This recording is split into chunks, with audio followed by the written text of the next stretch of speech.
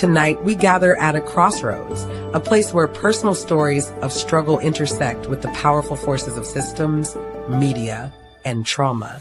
Across our communities, countless individuals and families carry the emotional and psychological weight of seeking justice, often while facing public scrutiny, media distortion, and institutional resistance.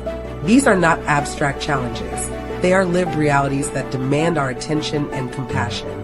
In the face of trauma, truth-telling becomes both a form of resistance and a path to healing. By sharing stories, survivors reclaim their power and invite us all to reflect on the human cost of injustice. Tonight, we are honored to welcome a panel of guest speakers and advocates. Dr. Jillian Watley, Tom Leasy, Meg Keller. Guiding our conversation this evening is our host, Ashley Mackenzie Smith. As we embark on this final town hall of Mental Health Awareness Month, we invite you to listen deeply, reflect openly, and engage courageously. Because tonight is more than a conversation, it is a call to action.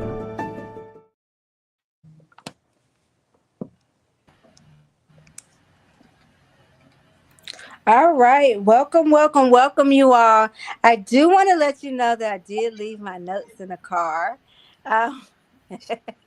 And I have to say that because I know with all the things that I've been through today, that today is going to be the best town hall ever. So we are a little late. And I just want you guys to understand how real this is, that this is not anything fake. This is a real town hall with real people. And I was eating a Caesar salad that was really, really good. And it took me a minute to get off. So I wanted you I want you guys to understand that this is not anything that we just came up with in script. This is definitely the real deal. I am Jalen McKenzie's mom. I am Ashley Mackenzie Smith. Jalen was killed December 16th, 2022 in Memphis, Tennessee during a traffic stop. So we're going to get started. We do know we are a little bit late. I do apologize to everybody. I will be working from my phone, so if you see me going back and forth, it's because I left the script in the car. Yeah, I know it's not funny to you guys, but it's funny to me. So anyway, let's take a collective breath before we begin. Inhale strength, exhale fear. Inhale truth, exhale pain. Inhale hope, exhale doubt. Place your hand over your heart. Say your loved one's name or keep them in your thoughts. Let this space be for your healing, your voice, and your power. I am not alone. My truth matters. My voice has power.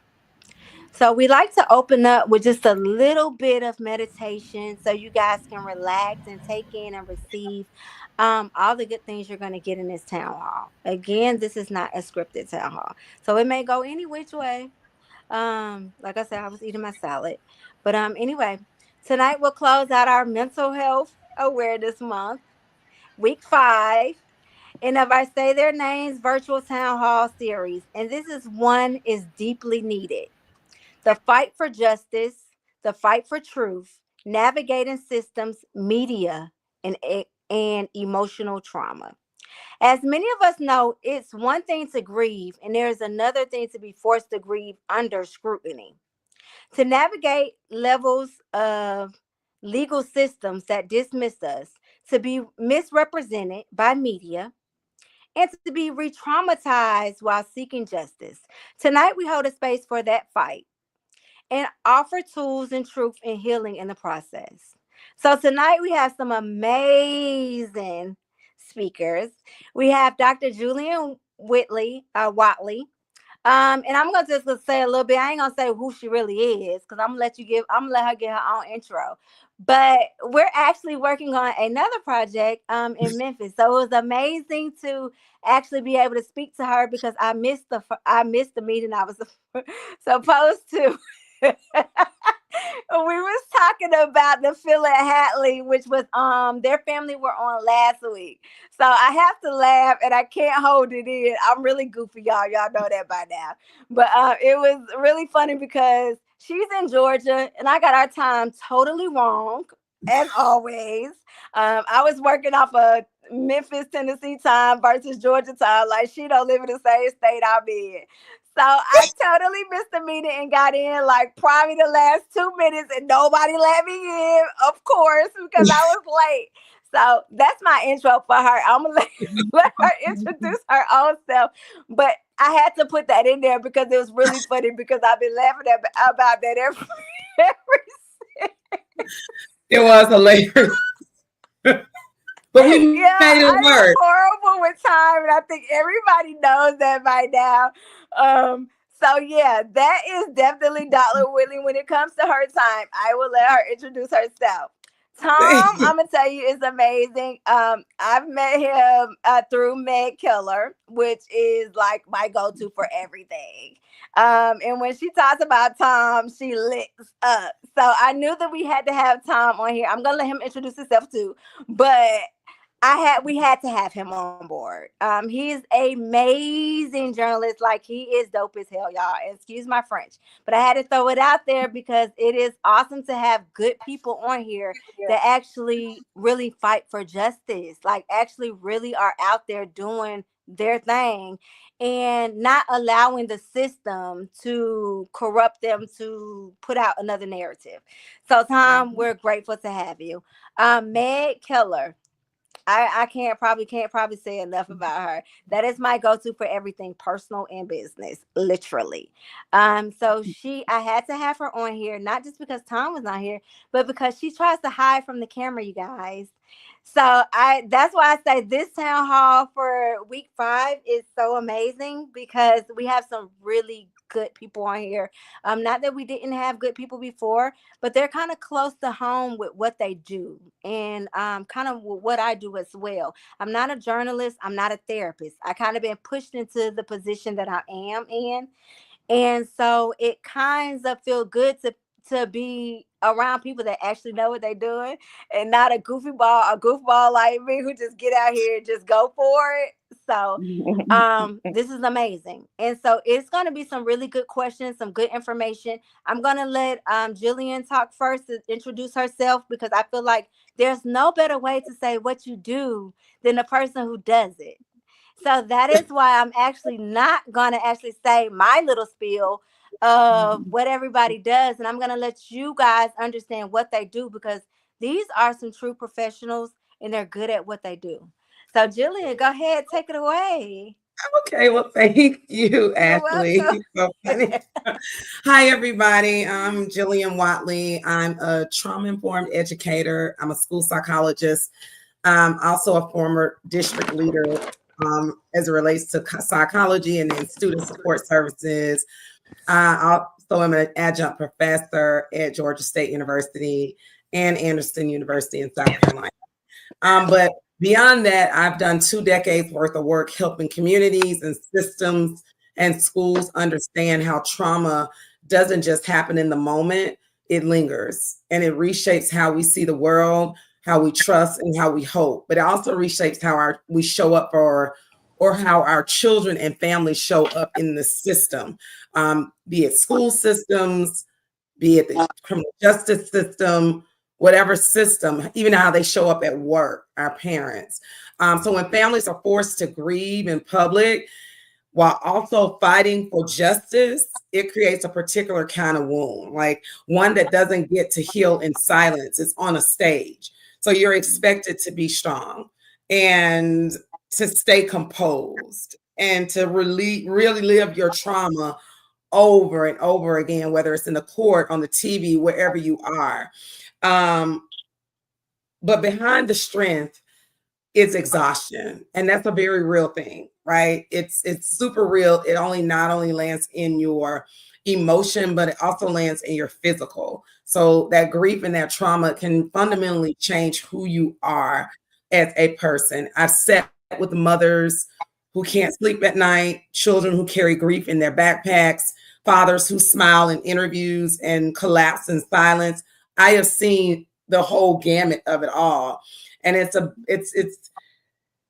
is not about just about the pain, but it's about the persistence. And it's about the weight of holding your loved one's name while also carrying movement on your back. So If you take nothing else from me tonight, take away that you're allowed to feel it all. The anger, the fatigue, the numbness, the hope, all of it belongs to you. Healing isn't just a linear process. It doesn't go in a straight line. But you don't have to do it alone. So I'm glad to be a part of this movement, glad to be a part of this space. And thank you, Ashley, for welcoming me tonight.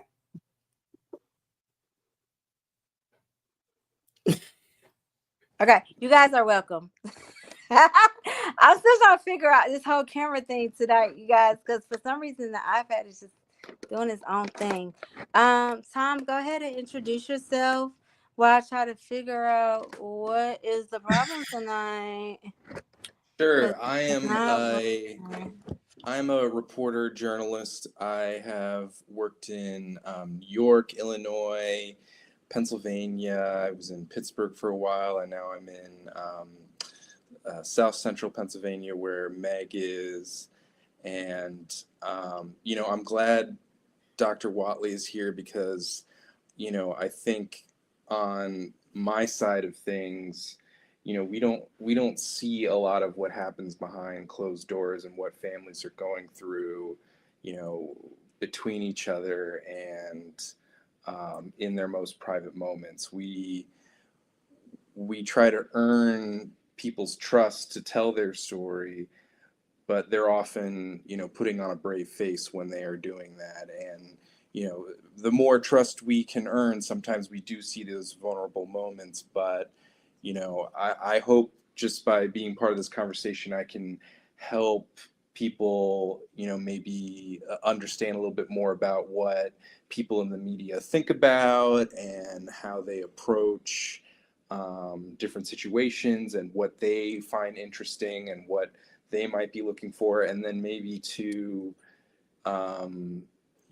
give my best advice on kind of how to discern who's a good journalist, who can you trust that maybe might tell your story and do it in a fair way, and how they might be thinking about it on their side. So that's what I feel like is my lane, and I'm happy to be here. Awesome. So you guys, before we get to what Meg does, I want you guys to understand this is a town hall for you. It really is. I know that we talk about grieving, and we've spoke a lot about the different positions of where you are when you're grieving. But this is more about that media. This is more about the things that we don't get to hear, the things that we're not briefed beforehand. And so we thought that it would be really, really important because not only do you have Jillian here, you also have Tom here, you also have Meg here. So you have a legal consultant here that can help you if you have questions. You have a journalist that can help you if you have questions. You also have a therapist that's here that can help you if you have questions. So today is the town hall that I need you guys, if you have some dirty questions, to ask them. We may not be able to get to everything. I know there probably will be some things that we can't get to on the camera. But if you do have some questions that you need to ask and we need to cycle back to it a little bit later, those are things that we can do, and that's not a problem. But we want you to understand what you're dealing with is of the norm, unfortunately. It is what happens to multiple families. It is what it looks like as you're grieving as a impacted family. So what you're dealing with is not anything that's any different from any other family. You're going to go through the grieving process. You're going to have a hard time with the media process. You're going to have a hard time with the legal process. And so we have three professionals here that can actually help us walk us through that journey, so that we cannot be so agitated, so heartbroken, but we can understand the process. And that's more so of what it is understanding that it's a process that we all have to go through. I did it. There are mothers before me, 10 years, 20 years. It's all the same.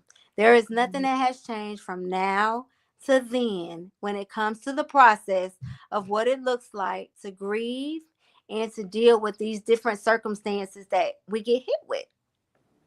That we're all related. We're all family. And so this is the time to get those questions that you need answered. This is the time to take that deep breath, to inhale and understand that we're all here to help. And justice will look different from everybody. What I expect from justice for my son's case may not be what you want, and that's okay. It is okay. Don't let anybody tell you that your justice is not right or wrong. And we see that a lot when it comes to impacted families, where we'll hear comments where people will say, hey, well, you shouldn't want this or you shouldn't want that. Whatever it looks like for you, that's okay. And we're going to support you either way it goes. I want criminal charges for Jalen, but you may be okay with just civil. And that is okay. So it's not here to say what is right is wrong, what is right or wrong. It's here to say, let's help you get to wherever you're satisfied, whatever your comfort level, whatever your expectations are. That's what we're here for. So, Meg, go ahead and introduce yourself as a legal consultant. Meg is one person that I go to for everything. Like I said, personal, business, it don't matter. I hit Meg up 3 o'clock in the morning. I hit Meg at 12 o'clock. I hit Meg up at 1 o'clock. It don't matter. Meg better answer my call. Like, that's how serious it is. Yes, I woke up to you this morning. So, I'm Meg Keller. I'm a legal consultant that specializes in police officer brutality and carceral death. I do work with inmates as well. I am not an attorney, but what I do is I just try to give you comfort, guidance, compassion, especially whenever there's police officer involved shooting, carceral death. There's not a lot of resources out there, so I've just tried to make an amazing network of resources that's able to help people. And I do documentation preparation. I can find you attorneys. We do have a network nationwide of attorneys that do high stakes cases like police brutality.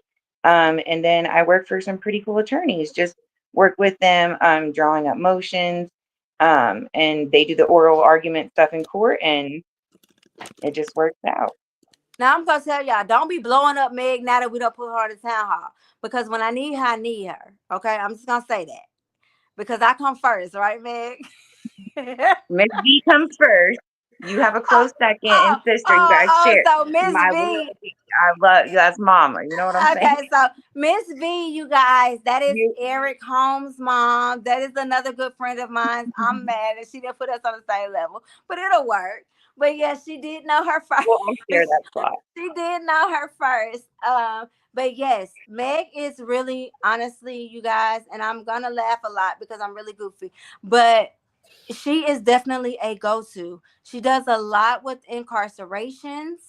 And so that's one thing that we know that is really a systematic injustice within our community.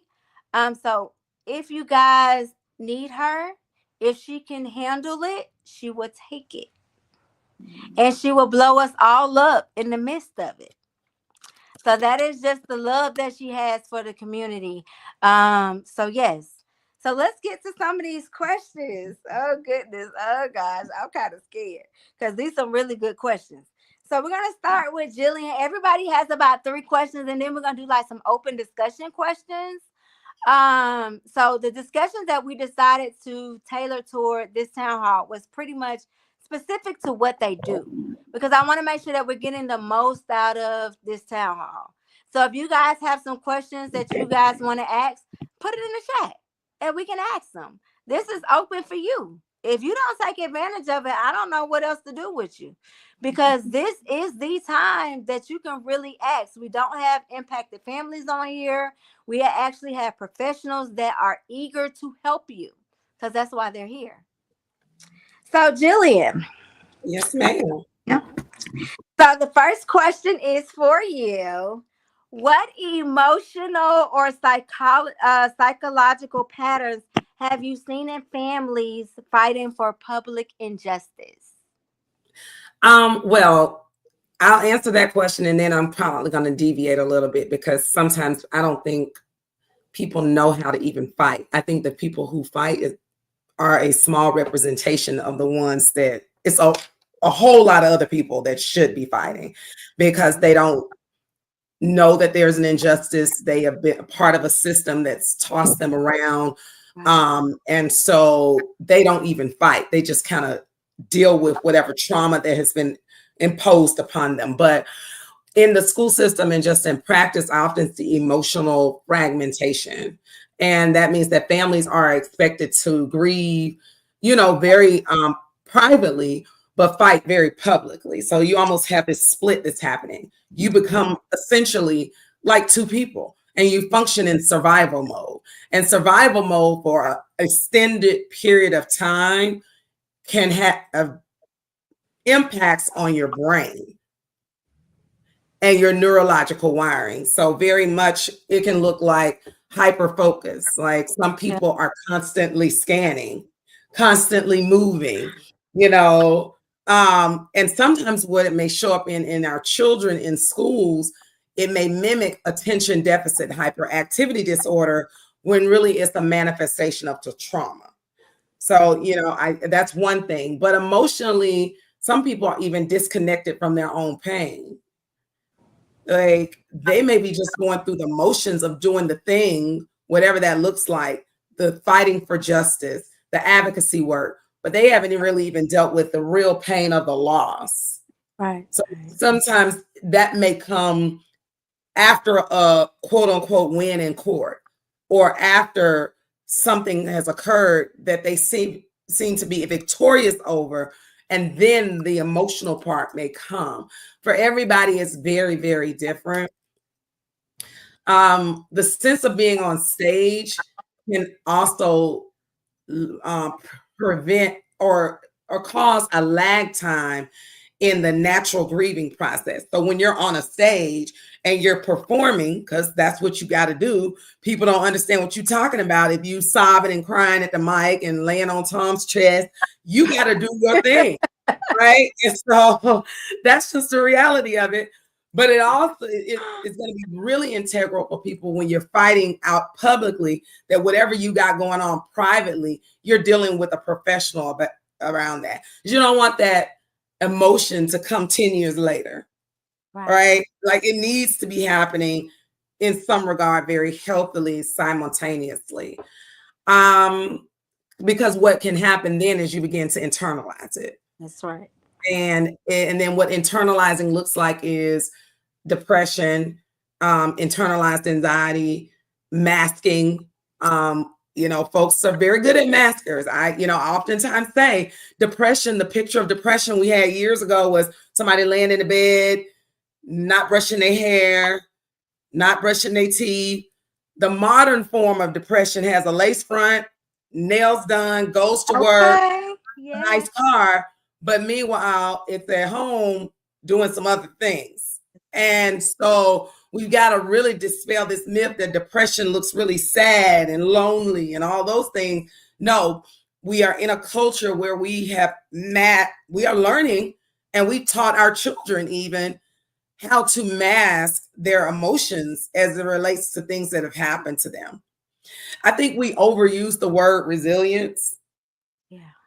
I think we've overused that as a nation. Like, what if I don't feel like bouncing back right now? I'm so glad you said that. Like, you can't bounce back right now from everything. Like that's not even humanly possible. Right. And therein lies like this superwoman and this Superman cape that we put on every day, and it's not really healthy. And so we just got to be mindful of those things. It's important that crying and leaning into the grief is not considered to be a weakness. Right. It's okay. It really is okay. Like I feel like crying. I'm gonna have that moment right now, and that doesn't look like a weak moment. It's just a natural response to a loss. I love it. I think you have. I feel like you almost hit so much on the nail just in that one statement. Because a lot of people will look at me and they're like, "Oh, you're doing this and you're doing that," and I'm like, "Really? It's just a little hyperactive shit. Like it's like a get up and go. Like you can't break me." But when them doors close and the cameras are off, I don't know what my moment may be like. You know what I'm saying? Right. Like it could look different from time to time, second to second, moment to moment. And I have really embraced being able to say, I cry. I remember for like so long, I would be like, oh no, I ain't finna cry. That's, you think of it as we were taught that it's a weakness. Yeah. And you don't show that weakness when in Right. actuality it's healthy.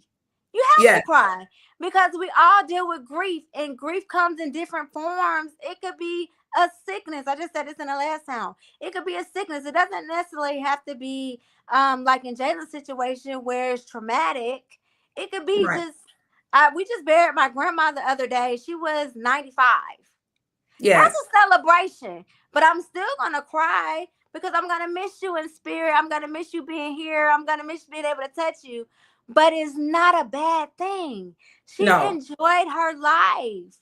And I think that as we have to start transitioning to understand what healthy crying and what healthy grieving is healthy, that Jalen was 20 when he passed, that he lives his time. That's It was right. time for him to go, and it's okay. And that's where I've got to being able to even be able to do these town halls and not cry. A year ago, I would cry. And I'm talking about I'm a crybaby anyway. So you could pull me up at a proclamation and somebody doing something good. Oh, I'm a cry. I'm just a crybaby. So I'm a cry at everything. But I've got to the point where when it comes to Jalen, I'm rewarding the things that he's done in his life. Like he That's was right. able to go to college. Okay, he didn't have he didn't like at me. I had a child at 17. He didn't have to deal with that. So I'm rewarding some of the things that he did that necessarily people would say were stereotypes, right? Yeah. For our community that he didn't have to be challenged with. And I'm rewarding him for actually being able to finish whatever God said. And I don't want to get really religious about it because some people are not religious, but me and Jalen were very spiritual. But there's things and there's times when it's just your expiration date. And we can't determine what that looks like. So Yeah. as a mother, yes, I didn't want my son to deal with what he dealt with or endure what he did, but that was his expiration date. And Yeah. so I am rewarded, and I am saying, hey, he did what he was supposed to do, even though he's no longer here. Yeah. It does hurt to say that. It does. But that's the reality of life because we all have an expiration date, you guys. We don't know when it's going to be. We don't know what it's going to look like. But what we can do is use grief as a celebration and not something that's so traumatizing. Yeah. Because we know that we have to live with whatever is out here, and then our loved one is gone and they don't have to deal with that anymore. I don't have to worry about my son's car getting broken into. I don't have to worry about somebody shooting him because his car they want to steal his car or any of those traumatizing situations. We don't have to worry about that. But I do miss him. But I am excited and I am rewarding him for his accomplishments because he was an honor roll student. He played sports. He did what he wanted to do. He was spiritual. He got to talk to the trees. I may have thought it was crazy 2 years ago, talking to the trees. But those are the things that he enjoyed. And as long as he was happy when he left out of here, that's all a mama can ask for. Yeah. So we're going to go to the next question. Tom, are you ready? And so Tom didn't get these questions. I sent Tom a whole lot of other questions, y'all, that he didn't get. So he ain't briefed on them. So hopefully we can see what Do it. All right. So what are the risks and rewards of speaking to the media as a grieving family? I mean, I think the risks, I guess I'll start with the risks since it was the first earlier in the sentence. You don't when you're speaking to the media, there's a loss of control. You're not the one telling the story. It's somebody else that you're entrusting that with.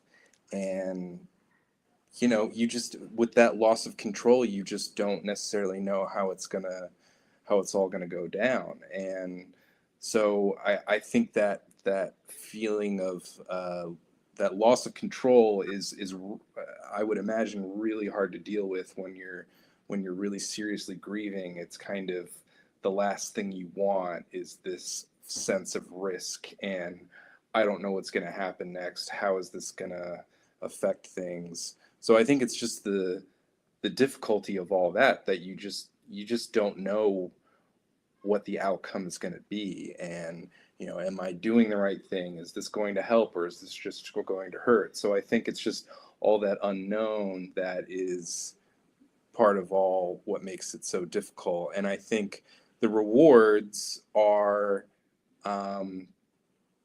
just that, a story that is true and powerful is, can really do amazing things, and it can break through, and it can reach people in power. It can hold people in power to account. And, when it's done well, it can really change things. And, it can get you that lawyer that you couldn't get a hold of before. It can, make people that weren't listening to you all of a sudden, they're returning your call. There are pluses, but it is one of those things where it's difficult to know without having a lot of experience and knowing what journalists do and what they think about. If you don't know who you're talking to, then you're kind of it's kind of a crapshoot. Right. I agree. In Jalen's situation, I can only speak for us, our family. We actually had really good reporters. The stories that I would say that happened that we didn't know was gonna happen probably wasn't my favorite.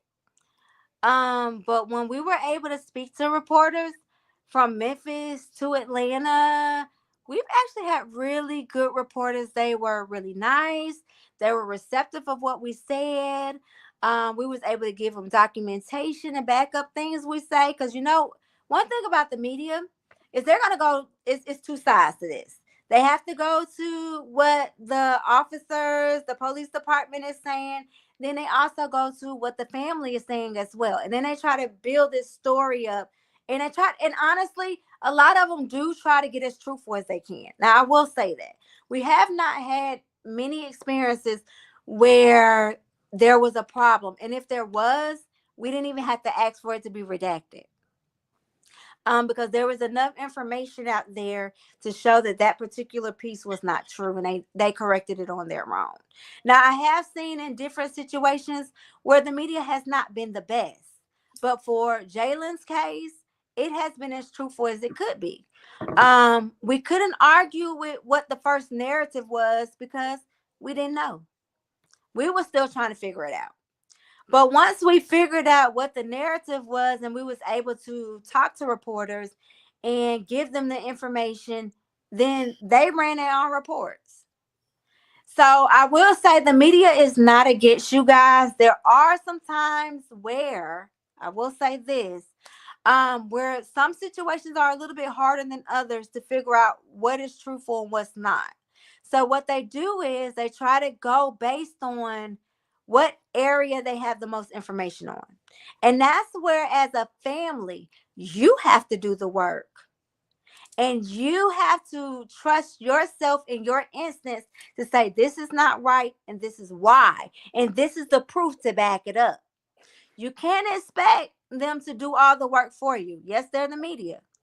And yes, they're going to put out what they're told. But you have to do some of the work yourself. And with Jalen's case, we did all the work. Ashley, here is one magic trick that every politician, everyone that works for a governor or president or whoever, this is the magic trick that they do every time they call you. They say, hey, can we talk off the record for a second? Could we talk just on background for a second? And then they'll say, this is what I'm worried about. Actually, here's what you want to know, but I can't tell you X because of X, Y, and Z. Or, how did you can just ask questions and you don't have to be, as long as they say yes, you then don't necessarily have to be worried that they're going to print it or put it on TV. You can just say, I want to talk off the record, or I want to talk on background. And, you know, those terms can mean different things to different journalists. So you want to make sure that you want to define those things. This is what tell me what you think that means, and let's agree to those terms. But you just, I think most of the time, a reporter you talk to will say, okay, but you just want to be clear about what the parameters are and what the understanding is. But then you can kind of, I think, if someone's gone through a traumatic situation and they're not in a position of power, they're just an everyday person and something has happened to them, then I think, especially good reporters, but I think most reporters who want to, do the right thing, they give you a little bit of grace. They know that you're not polished. They know that you're not, professionally, it's not part of your job to talk to the media, that you deserve a little bit of grace. You deserve a little bit of like, hey, this is how, I want you to know this is how this works, kind of thing. So, someone who's not experienced in journalism may not know to do that. They may be, they just may not be sure of themselves. And so, if you feel like you're talking to someone really young, someone inexperienced, and you still want to talk to them, then you might need to kind of hold their hand a little bit and tell them, you just have to be clear about, I want to talk to you off the record for a second. I want to get to know you. And, I guess just circling back to what I was saying was, if you're dealing with something, serious situation like this, with whether it's, police violence, these horrible tragedies, institutional violence, then,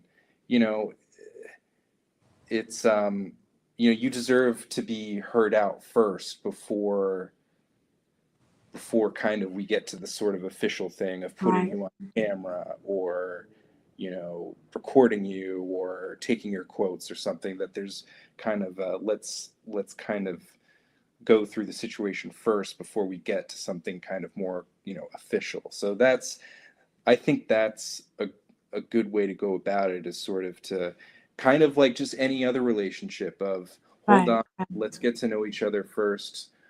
What are you interested in? Why are you interested in this story? What do you want to know? And you can kind of build a rapport first. I think that's. I agree. Jayla had a really good reporter in Memphis that I literally wouldn't let anyone handle Jalen's case but this one reporter, until they kind of got blocked to where they could talk about it, because it was like, they don't, after so while, nobody wants to hear the same story over and over again, right? And so we was able to determine what questions were good questions. And that is where building relationships is. So as a reporter, it's just like if you take your child to a doctor, right? And you build a relationship with your doctor, and you say, hey, I don't want to do this, or I like this, and you kind of get a feel for each other, and everybody kind of is on the same thing. That's what like having a reporter is. One reporter that usually will handle your case, that will come out to your events. It is all about relationship building. And that's what anything that we do, you guys. And so we was able to say, these are the questions that we don't want answered right now, because these are dealing with litigation. These are dealing with his case, and we don't really have all the answers yet.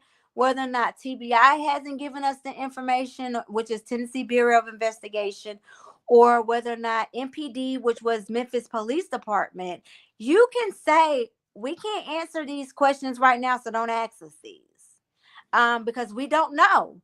If you don't know, you don't know. So don't put yourself into a situation to where you're answering questions that you don't have all the information for.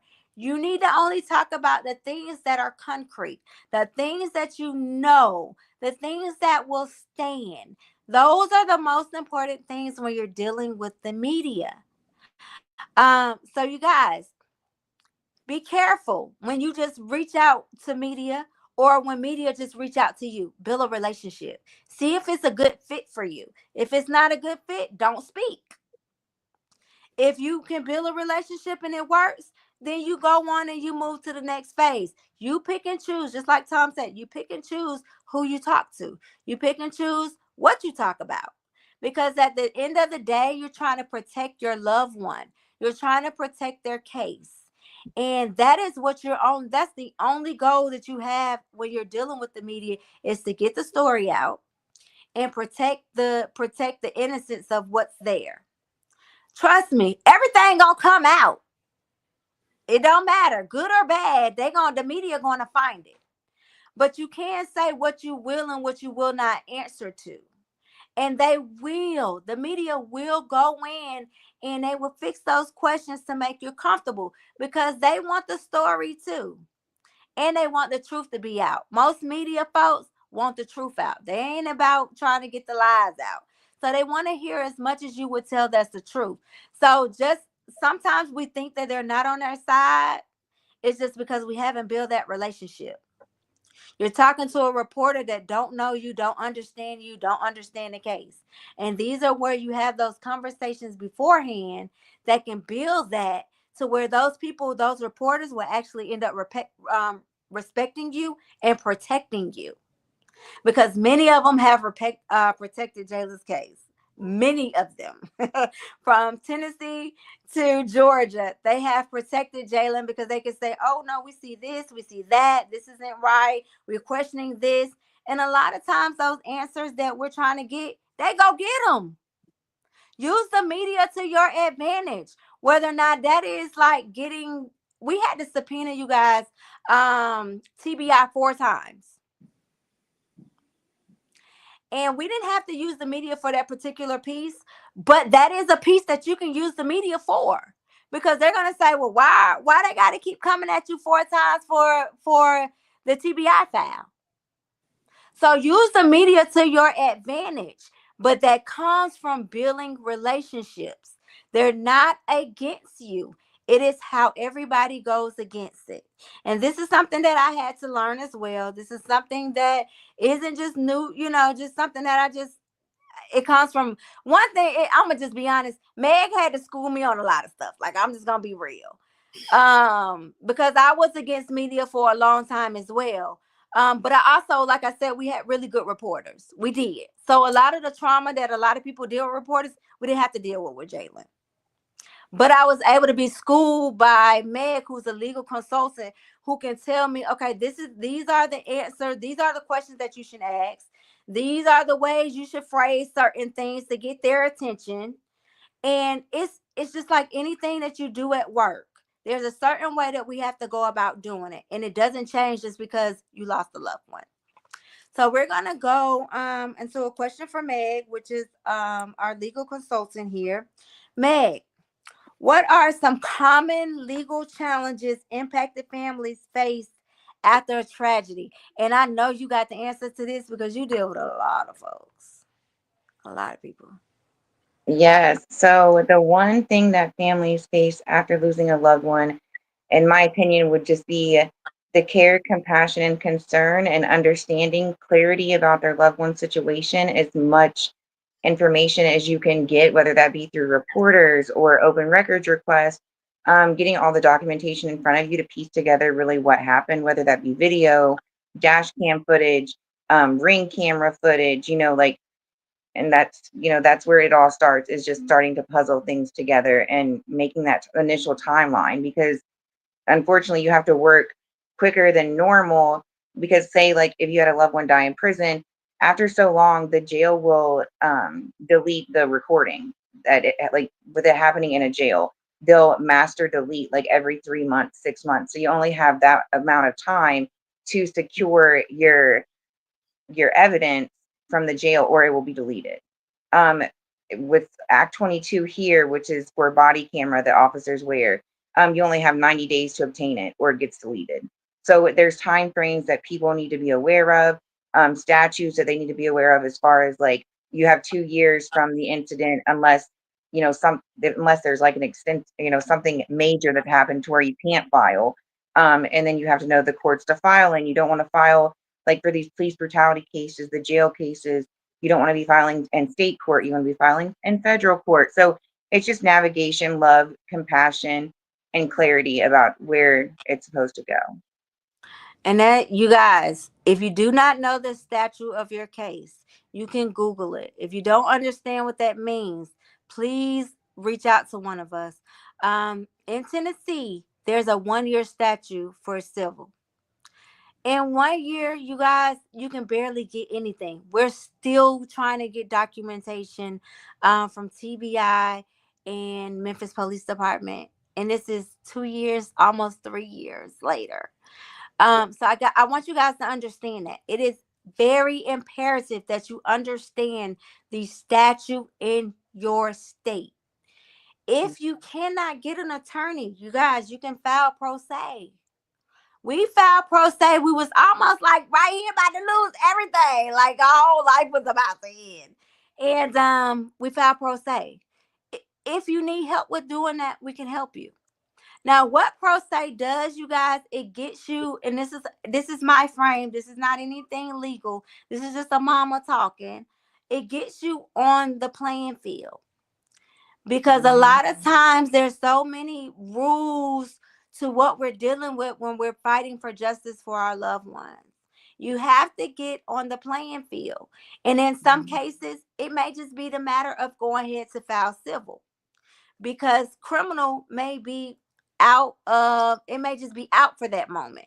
So for Jalen's case, and I speak a lot about my son's case because I want people to understand that I'm only speaking from Jalen's case, and I am not a legal consultant. I am not a lawyer. I'm not anything. I'm just a mama. But for Jalen's case, the DA decided to not press criminal charges at that point. So the only area we had was civil. It doesn't mean that money is more important. It just means that we had to be able to play their game, whatever that looks like for your state in your child's case or your loved one's case. It could look different from everybody. Okay. For Jalen's case, we went on and did civil because there was no criminal. Now, as we're pushing for civil, there are things that we want, right? And there are things that we expect. It will look different from your person's case, from my baby's case. Right. So we do want criminal charges. We do want the officers fired. These are all things that we want. But does it look like what we want it to look like, honestly, in the reality of the timing that we want? It doesn't. Because we're dealing with the system that we deal with anything else. You get a traffic ticket, it's the system. You get anything, it's the system that we're dealing with, and they have their timelines. It looks the way it looks. So all we can do is go through the motion. And that's what I want people to understand. Sometimes it's just the motion. But for the impacted families, can I add in there, Ash? For the impacted families, remember, there is no statute on murder. It's I'm not. gonna drop that right there. There's no statute on murder. So if it comes up 6 months, a year, 2 years later, something that is exculpatory evidence, nobody has had that or knew about it, they could definitely get charged. And it's different too within their department. You can have disciplinary actions done. You're never at the end. Like there's always ways around certain things. Yeah. So you guys, like she said, there are no statutes around criminal, but you may have to do civil to get to criminal. There's different ways that your map may look like. I want people to understand that because I get a lot of cases that come to me and they're like, oh, well, we didn't get the autopsy yet. Shit, my dude, we didn't get the autopsy till whenever, and we still don't have a full autopsy, and we're 2 years in the game. So I want people to understand that your case may not be any different. It is just the motion that you're gonna have to go through. I don't want people to get discouraged when things don't work the way you anticipated, because you're dealing with the system and it works the way it works. Every case is different. Every state is different. Every county is different. Everything is so different. And we get so many people that get discouraged, and I get so many calls when people say this hasn't happened, this happened, this hasn't happened, and I'm just like, well, I'm 2 years in the game, almost 3, and some of the things you're asking for in 6 weeks, we don't have in 3 years. That's not to say that it will not happen in your case, or your case may not be different. It could be the complex of your case. I remember I got so mad, y'all, when someone said to me, oh, we don't want to advocate for Jalen's case because it's too complex. I'm like, what the hell that mean? What you mean it's complex? Then when I started getting into understanding legal terms, the legality of things, yes, Jalen's case is very complex. It's almost too complex for his mama. So this is the reality that we're dealing with, is that, yes, your case may be complex, but that does not mean stop. It does not mean that justice may not come. It does not mean that you give it up. It means you keep pushing. You're going to have days where you got to stop. You're going to have days where you're going to have to breathe. You're going to have days where you're going to cry. I don't know how many days I've cried. I don't know how many days I fussed at Meg. I don't know how many days I don't probably got on Meg's nerves. But you guys don't get to see that because we got to keep pushing. And that is where your support system, that's where your reporters, that's where your legal folks are, whether or not it's your legal consultations, whether or not it's your lawyers, whether or not it's your mama, your daddy, your brother, whatever that looks like, your support system, those people are going to help you keep pushing. And you're going to have moments where you want to give up. Don't give up. Because when you give up, you're not going to get what you want. And can't nobody tell me that I'm not going to get criminal charges for Jalen's case. I wish you would come up in my face and tell me I ain't going to get it. Who? And I have to say that and be so strong with it because I hear so many people give up. And it's sad because your loved one's case is in your hands. It is all about networking, like it is with anything else. When you go out there and you meet somebody for your job, you go out there and you do whatever you do in your personal life, it's the same thing. It's all about networking. It's all about who you know. It's about building relationships. It's about staying a course. And that's what it is at the end of the day. And it's also, you guys, about understanding the reality and respecting the truth of what's going on. Because we can all say at the end of the day, my baby ain't do this, my loved one ain't do that. But do we really, really know what happened when we wasn't there? So it's understanding and respecting the reality of what could have happened and what did happen. And I think that is one of the things that keep me, of course, too, is that saying that I had an African-American child, 20 years old. And so I look at the situation as a whole and not saying that, okay, my son did this or did that. I look at the facts. Give me the facts. What are the facts? If you give me the facts, then I can run with it. I can respect that. And that's what I think is one of the missing pieces with impacted families. I'm going to call y'all out tonight too. Just like I call everybody out all the time. Y'all know I'm good for calling people out. And you don't like it. But it's the reality of understanding the truth. What is the truth? That's what you should be asking for. And that's what you should be expecting the reporters to report. That is what you should be talking to your therapist about. What is the truth? And understanding what that looks like and where you go from there. It is okay to say that my kid was not the greatest kid in the world. It's okay. It's okay. We all have been children. We all have a past. And it's respecting that, understanding that, appreciating that, and saying this is my reality. And that's what I do with Jalen's case. So you can't come to me and say, oh, Jalen smoked weed. Hell yeah, he smoked weed because he did it in my garage. I ain't finna lie. So I'm not gonna tell you that he was an angel or he was God. I'm not gonna do that. But would Jalen shoot at an officer? Is what we questioning. No, he won't. Is Jalen a runner? Oh yeah, he'll get the hell on. And you saw that from the video. And I have to curse because I want you to understand how real it is to respect the truth. Because reporters can respect you more, therapists can understand you more when you can say that this is my truth. Be honest with yourself. Did my son drink wine coolers? Yeah, we probably did it together. You know what I'm saying? Like this, and I'm being very honest because I'm using my son as an example of what we have to do as parents or what we have to do as loved ones to say what our truth is. Because when you get that honest truth, and when all the investigations are done, and you don't sat here and went to the media and said my son ain't gonna do this or my daughter didn't do this, and then it come out to be something totally different and you embarrassed, who? You ain't gonna embarrass me because it ain't nothing you can tell me about mine. Because I know my child. I had a relationship with my child. I know what he will do and what he won't do. So I'm able to question certain aspects of what a narrative somebody tries to tell me because I had a relationship with him. I know what he will and what he won't do. For the ones that don't know, don't speak out so soon.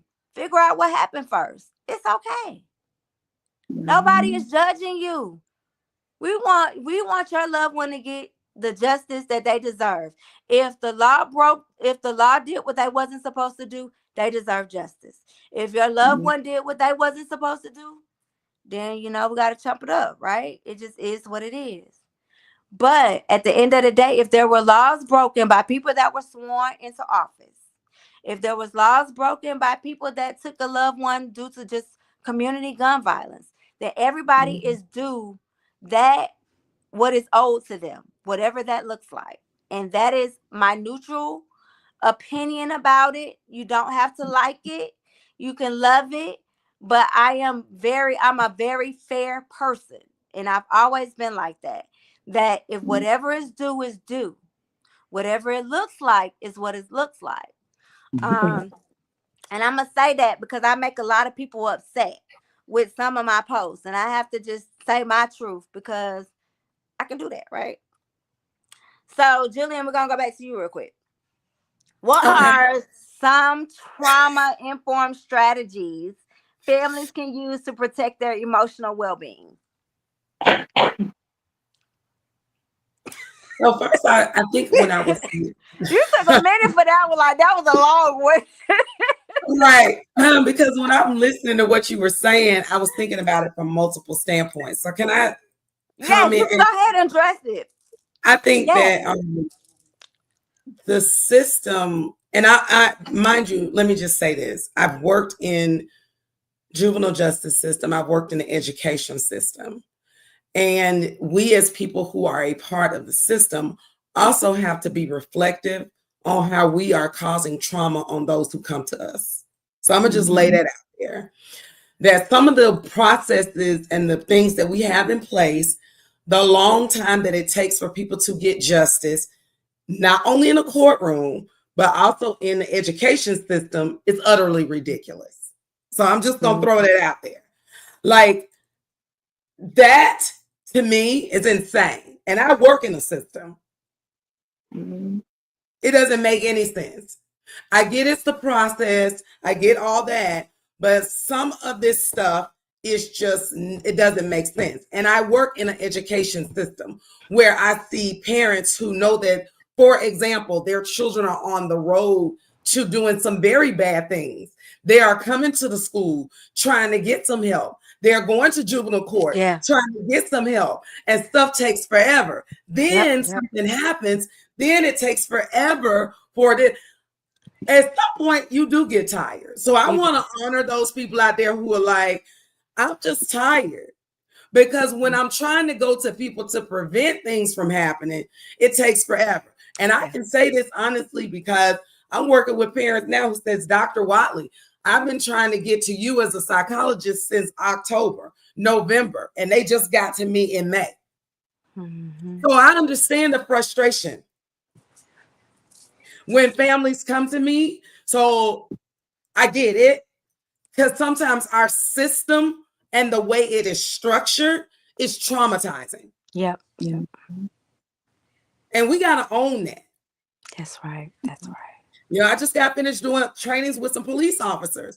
I was like, some of the stuff that we do that, every law and every rule, while it's put in place to protect, doesn't necessarily mean it's right all the time. And so we got to really, those of us who are part of this systemic structure, we got to reflect on that daily, every day. Is this making sense in this case? You know, I had my own personal situation. I had a restraining order years ago, and a restraining order ain't nothing but a piece of paper. That's it. That's all. Okay. Restraining orders are not really made for people with common sense. People with common sense don't need restraining orders. So by the nature of a restraining order being made for somebody who's going to come after you, that is not going to keep them from coming after you. That's right. Let's be clear. And in the middle of the night, an attorney ain't going to be able to help you. I had one of the best attorneys in Atlanta, but in the middle of the night, he's truthfully with his family. That's right. That's right. You know what I mean? So there's just some stuff like you're going to have to give me a little bit, told the judge, a little bit more than a restraining order. Because at night, when people doing what they do, in the daytime, when they doing what they do, y'all ain't nowhere to be found. Rightfully so. But those are the facts. Let's talk about the facts. So I've lived some things too, where I'm like, you know what? This system is not really made.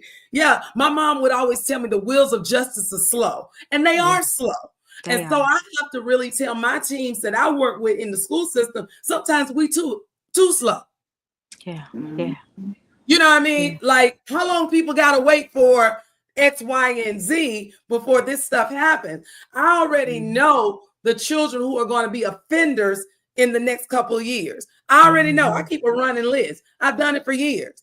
And yes, I've seen them on the news. But guess what? Until they commit a crime, there ain't nothing we can do. It ain't nothing you can do about it. So when we gonna fix that? Because a sociopath is gonna start killing animals before they start killing humans. We already know that. So if I know they've been killing animals, it's only a matter of time before they kill people. I'm just saying. That's right. But my friends who are in the legal system be like, Watley, we can't do nothing about it. I know that. But I'm just telling you. Every murderer that you look at, when you trace back their history, they had a victim early on. So some of this stuff, it could be prevented, but some of it is just how the system is structured. So for me, I don't even know what your question was, Ashley. I was just listening to you. But that was good though. That was a good point for parents. When you see your child doing abnormal behavior, which you may not understand what abnormal behavior is, because your child may have been doing it for so long, right? So if they've been doing something that's a little weird, this is what we was talking about last week about a therapist, about having to speak to a counselor, about doing this preactive instead of reactive type of situation when it comes to your children. You know, when your children, like, let's be honest, Jalen was a good kid. Like, I didn't have no problem with him. I remember when Jalen talked back, I was ready to knock a hole in him. And I, as a parent, had to understand, he just asking a question. But I grew up in a old school type situation. So it wasn't no talk back or none of that. You couldn't question or and that. So I took it as being disrespectful when I had to understand that times were changing. So even though I was a young mom, I didn't understand the shift that was happening in front of me. So it wasn't that he was trying to talk back. He was trying to get an understanding. And and that's the relationship that you have to have with your children. If you notice something that's off, go talk to a school counselor. Yeah. So a lot of people have insurance. Some people don't. But even if you don't, go get Medicaid. You can see a therapist with Medicaid. You know what I'm saying? Most children can get some type of insurance, some type of health care where they can get seen about so that you can prevent or understand what's going on with them. I remember, and this is probably too much for the radio. I remember I was going through my teenage stage. I like to just throw out my stories because I want people to understand how real life is and how we're no different than what our children or what our loved ones have went through or going through. It's just a different time. So it just looks different. So I remember snapping. And what our children or what our loved ones have went through. And what happened was, my mama went and sent me to a therapist, and I ain't talked to the therapist because I'm like, who the heck is this chick trying to be all up in my business? And she giving me smiley faces and mad faces and want me to say which place I am. Well, right now I'm mad because I don't want to be in here talking to you. And so we didn't stop that. My mom stopped therapy for me because I wouldn't talk to the therapist. Yeah, I end up being okay. Thank God. But it just shows that we're no different than what our children are dealing with. We're dealing with some of the same issues. Whether or not, and one of my issues was my dad died when I was young. And I was a daddy's girl. So I pretty much just shut down to the world. Everybody to me looked like anything other than what they were supposed to be because I wanted to be with my dad. I didn't want to be with nobody else. I didn't want to be with my mama. I didn't want to be with anybody. Because me and my dad just had one of those relationships. Even when he disciplined me, I still ran to him. It was just, we just had that type of relationship. And so I remember saying as Jalen was younger, that I would never let my baby go nowhere without me because I don't want him to disappear or die without me. And these are one of the thoughts that I had as a young mother. Not knowing that how, if I probably would have stayed in therapy or sought therapy in between those times, that how it probably would have made a big difference for me as I was grieving my son. But it just shows that the disconnect and the separation that I had a problem with because I felt like I was left. And when the police took Jalen, it was the hardest thing for me because I was like, dang, here go another person that the world just took from me. And I'm just out here by myself. And it took for me finding a support system, you guys. And how, like I said, however that looks like, for me to understand that there was still something else on the other side. And to be more grateful for the things that I have now that I probably didn't even realize. So, yes, go get your kids checked out if you see something that's going on that's a little different. If you're not understanding your kids, maybe you could talk to a therapist so they can understand, so they can teach you how to work with your child at different stages. Because we talk about stages. A 5-year-old is going to be different from a 13-year-old. A 13-year-old is going to be different from a 16-year-old.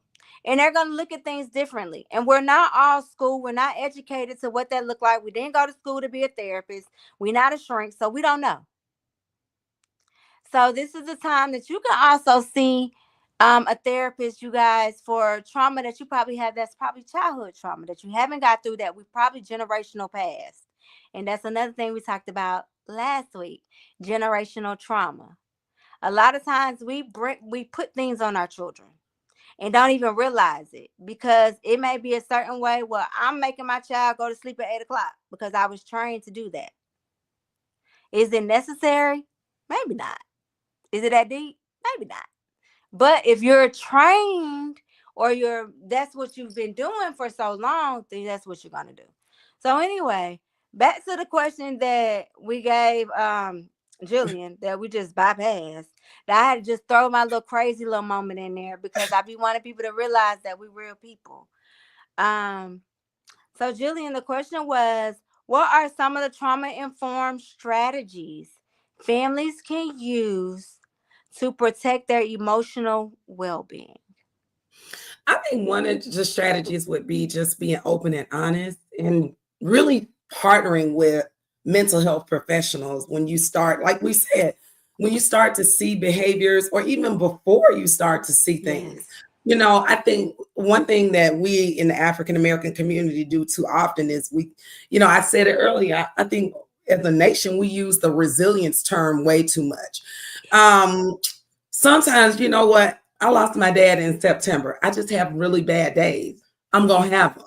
That's just what it is. And I don't really have to excuse that away or put on a tough face That's right. for that, right? And I think that sometimes when we teach our children that they've got to toughen up buttercup, we really teach them to become internalizers as they get older. And what we teach them as children cements in their psyche, and that's what they become as adults. So really having we toss around this term around like emotional intelligence. Well, emotional intelligence is really critical in the grieving process, or just critical in functioning every day. And we can start teaching our kids how to be emotionally intelligent. That's right. Yes. It's going to help them be more, not only resilient, but better humans as they grow. That's right. Yes. I think about my own child. I'm very cognizant and aware of teaching her about how to tap out when she don't feel like it. Honor that.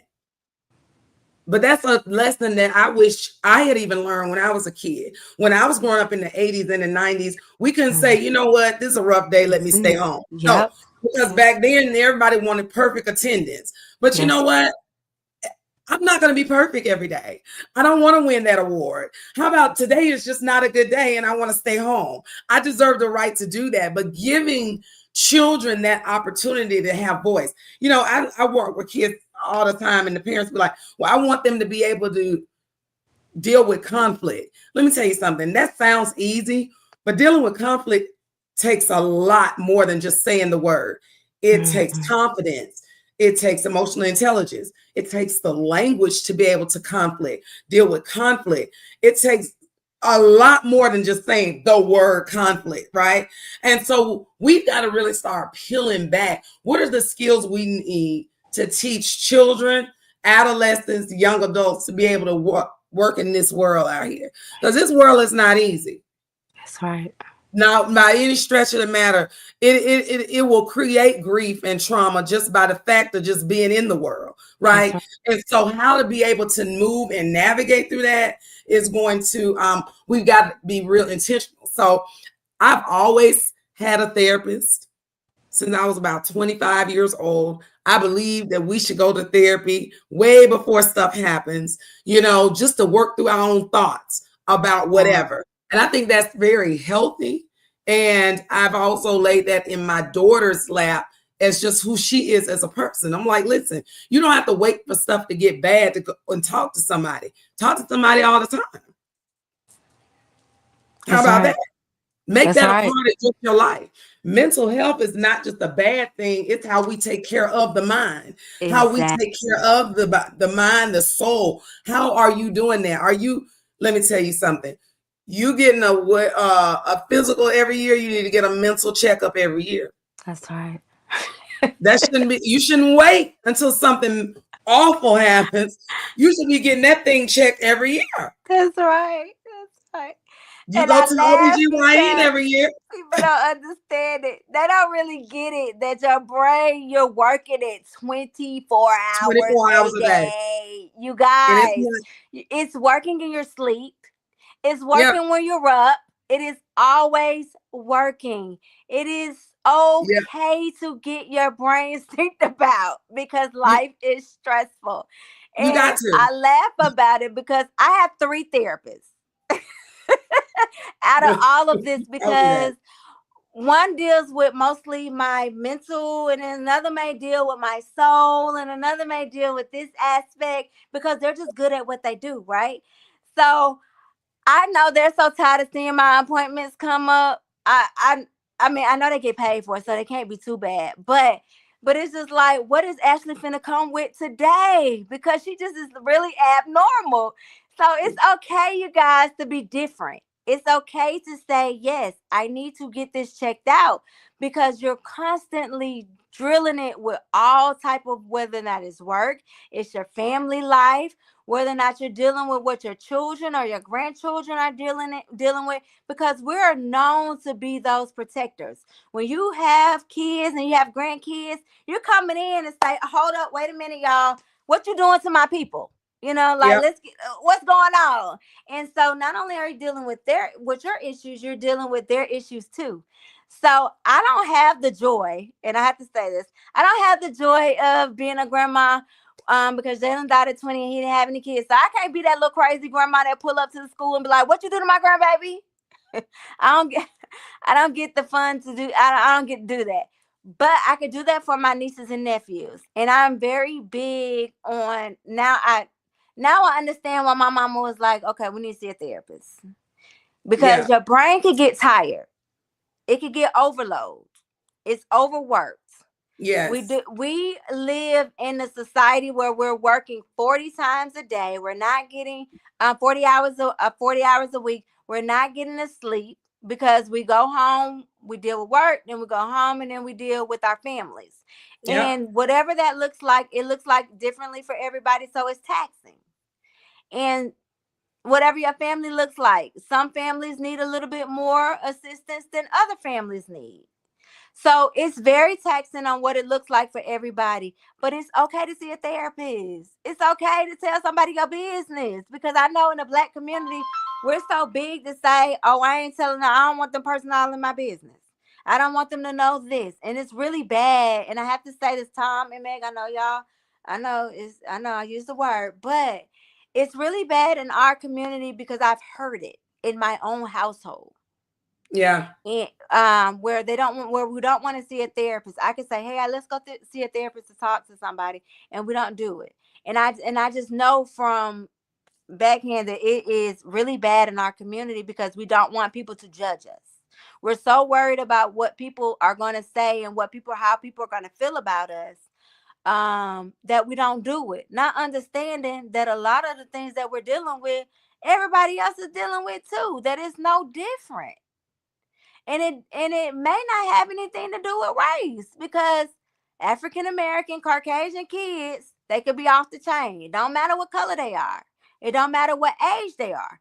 But in our community, we don't look at it like that. We looked at always being judged. And so we don't want to go seek that help that we need. Yeah. And you guys, it's okay. Nobody is going to look at you different. When I say I probably tell my therapist too much, my therapist probably could be my wife. Like, that's how close we are. Like, things that I normally would have told my best friend, now I'm telling my therapist. I still could tell my best friend because we've known each other for years. Like, we've known each other for over 20 years. But I feel so comfortable telling my therapist because they're not judging. And not only that, they have so many tactics that nobody even thought about because they're equipped for this type of stuff.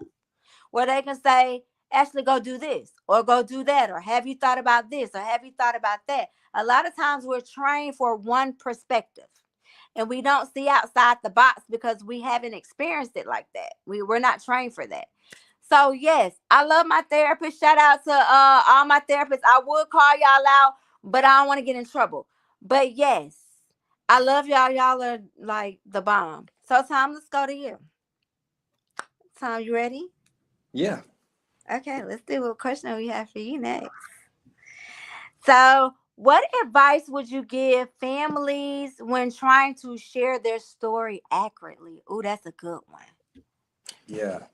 You know, I might do what Dr. Watley did, and like I've just been thinking a lot about what you guys have been talking about, and hopefully it dovetails into that question. But like, you know, I was thinking when I was a young reporter, one of the things I was interested in, where I was living. There was like a traffic court, like a city traffic court, and they were giving out lots of fines for tall grass and, you know, cars not being moved and like this small stuff that people would get fined for. And, you know, that stuff can add up and it can harm people's lives. And it seems like these small little things of, oh, your grass is too tall. But so I go to these and I watch them happen one after the other. And I come to learn, and I didn't know this growing up, but when you're not in a criminal court, you're just in like a city court for, say, like traffic or whatever. The judges go off what's called preponderance of the evidence. Mm-hmm. And preponderance is just 50% plus one. So if he says this and she says this, the person who wins is just that, well, I just have to go with this side because it's that much, it's the extra 0.1% of the 50%. And of course, in courts like that, the preponderance goes to a police officer. They are sworn in, they have to, swear an oath, they have to be trained, and they are paid for with taxpayer money, that they are held to a higher standard, and therefore their word means more. So they are in a position of authority, and therefore their word it trumps the average person's word. And if that person is not telling the truth, then it's this huge violation of everyone's trust and understanding of truth. And there's just such an injustice to that I think it's hard to, that is part of the trauma, right? It's not just the loss, it's that your world, your community doesn't believe you. They don't believe what happened. And so I think, maybe to try to tie it to this is, criminal court is really hard because the standard is beyond a reasonable doubt. And that is just so beyond a reasonable doubt. That is like, we were talking about, Ashley, about how no one is perfect and everyone has done stuff, and no son, no daughter is a perfect angel. Like, beyond a reasonable doubt, that's a crazy standard to, I don't want to throw people in jail for more than that, but it's just that we don't maybe use that standard for everybody like we should. But when you're dealing with a standard like that and you feel like you can't meet that standard, then you haven't served your child, you haven't served your loved one, you haven't done them justice. I feel like you're setting yourself up to lose. That there's got to be another way to get that sense of healing and relief that's not from a judge or from strangers, whether they believe you or not. Like, there's got to be something that gives you that peace, that is about whether it's friends or family or community, neighbors. Maybe it is going through the media and a larger community, strangers hearing your story, that maybe that gives you some relief. But there's also, like, how do you manage those expectations? I think is just so hard to deal with that.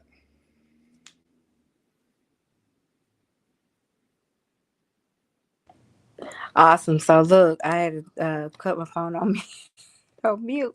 But yes, you guys,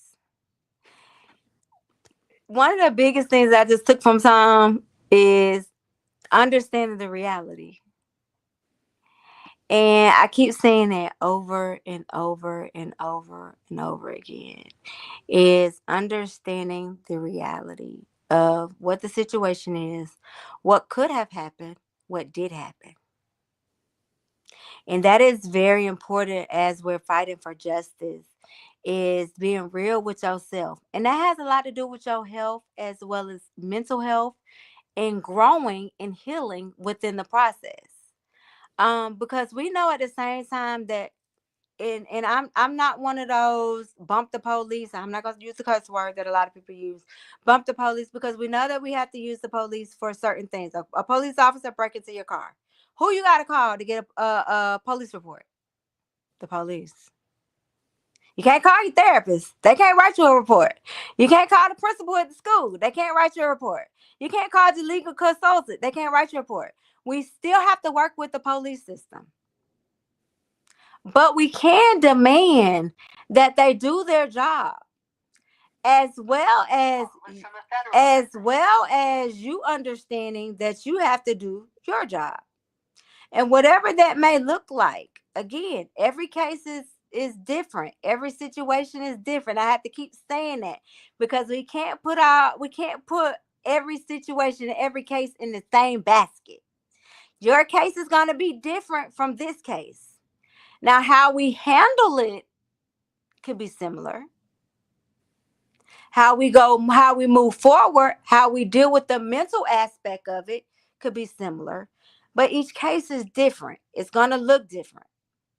I have to keep reiterating that because sometimes we get so caught up into my son or my daughter or my loved one was brutally killed by whoever, and we want justice now. We want this impulsive, go buy a Marc Jacobs bag because we upset type attitude that we're not going to get. It is not the reality of it. So I like to reiterate it over and over and over again that justice is going to look different. Each case is different. Your expectations may be different. And be pretty aware of what happens when what we consider the truth may come out of what it looks like. Don't be hurt by what you may find out.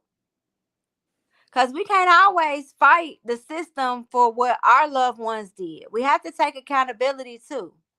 Because a lot of these things we could have done ahead of time that we didn't do because we wasn't educated. Doesn't mean that you did anything right or wrong. It just means that we didn't know. We wasn't prepared. We have a support system behind us.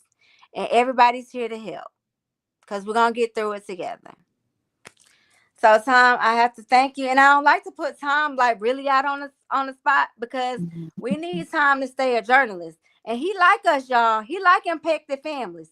So I have to keep reiterating certain things because I don't want my boy Tom in the light like that. Like, he came on here because he like us. And he does fight for us. So I have to be real with that. Y'all know I'm going to tell you the truth. So we ain't doing none of that tonight. So if you do have a question for Tom, you can put it in the chat. If it's something that we need to talk about discreetly, we can do that as well.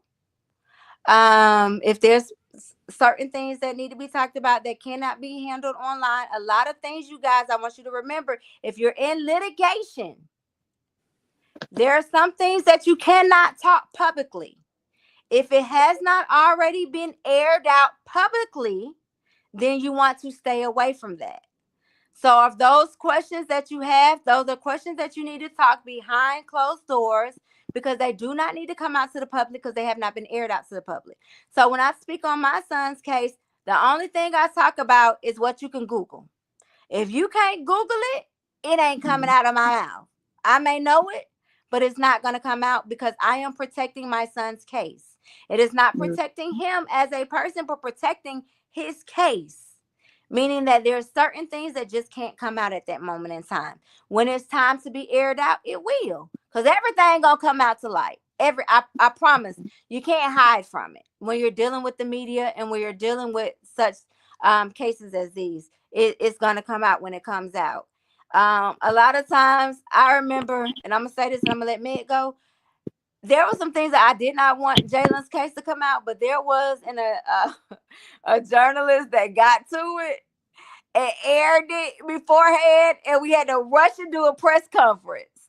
So those are some of the things that happen because when they get a hand on the story, it comes out. So it's one thing is just to be honest with yourself and just pace yourself. Take a deep breath. Because whatever's going to come out is going to come out. It is nothing against you. It's just that everybody's trying to figure out what the truth is. So it may hurt a little bit. You may get little stabs in the back. But you're going to be okay. We here to help you get through. We here to help you get through it. Because I'm telling you, I was not prepared for when the reporter said, oh, The officer didn't have his body camera on. Oh, the officer did this. The officer did that. I'm over here, y'all, trying to build my own story, trying to get prepared. So I'm gonna do this and do that. And honey, I had to rush to Memphis really, really quick and do a press conference. That's the reality of it. But it's okay because you're gonna get through it. That's why you have a support system. So don't be scared about those type of things that happen, because it happens. I'm sure there's 50 million other cases that could probably say the same thing that has happened. Get you a good team, get you a good support system, talk to you some really good reporters, and then you pace yourself. So that is what you need to do, because that's the reality of it. So Meg, let's see, Meg, what we got for you, girl? And then we'll do like an open discussion for people so we can wrap this up. Meg, how can families protect themselves emotionally while navigating the civil or criminal systems? And I asked Meg this specifically because Meg deals with a lot of families on a lot of levels. What you need to go and start any type of civil lawsuit is evidence, the documents. And you said, what do they need to to go towards those? Repeat that question for me. I'm sorry.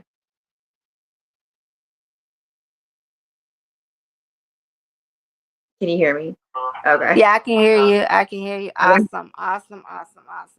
Okay, so you guys are understanding that. When it comes to, and this is just my opinion, I always try to throw my opinion in there because I've kind of dealt with this for a minute. I am not the pro. I always have to say this. I am not a lawyer. I will throw this at y'all because I like y'all, but I do have a degree in criminal justice. A lot of people do not know that. And I'm telling you that because my journey for my son, I was able to do it a little bit differently than most because I did have a little background. I don't like to tell people that because people always say, well, Ashley, how did you do this? Ashley, how did you do that? And I want you to understand from a mother's perspective. So for Jalen, civilly, we're in litigation. So there's a lot of things I don't talk about when it comes to Jalen saying. Criminally, we did not get far, but you guys, I want you to understand that if you can find one thing or a couple of things different that was not mentioned, you can reopen your case. I'm going to say that again. Just because your case is closed does not mean you cannot reopen it. So for a lot of people that's thinking that litigation is done, is out, you can't do anything, it is possible. And I'm going to say that because Meg has done that in a Derek Clark's case, which was out of Oregon. She heard him yelling and they said something else and it was something different. You can reopen your case. So do not think that because it was closed by the DA, that is the end of your case. So a lot of times we sit and we say the case is closed, and then you see families fighting 10 years, 20 years, and they're just fighting for justice. Go try to get your case reopened. Re-look back over something that you may have missed. Because when I look at Jalen's case every day, I go over TBI files every day. I go over MPD files every single day to see what I've missed. The way the internet is today, you can type in something in the internet and it'll pull up something that you probably did not know because you're not educated in that particular field. Right. A lot of times the lawyers don't want to take the cases because they're scared of the outcome.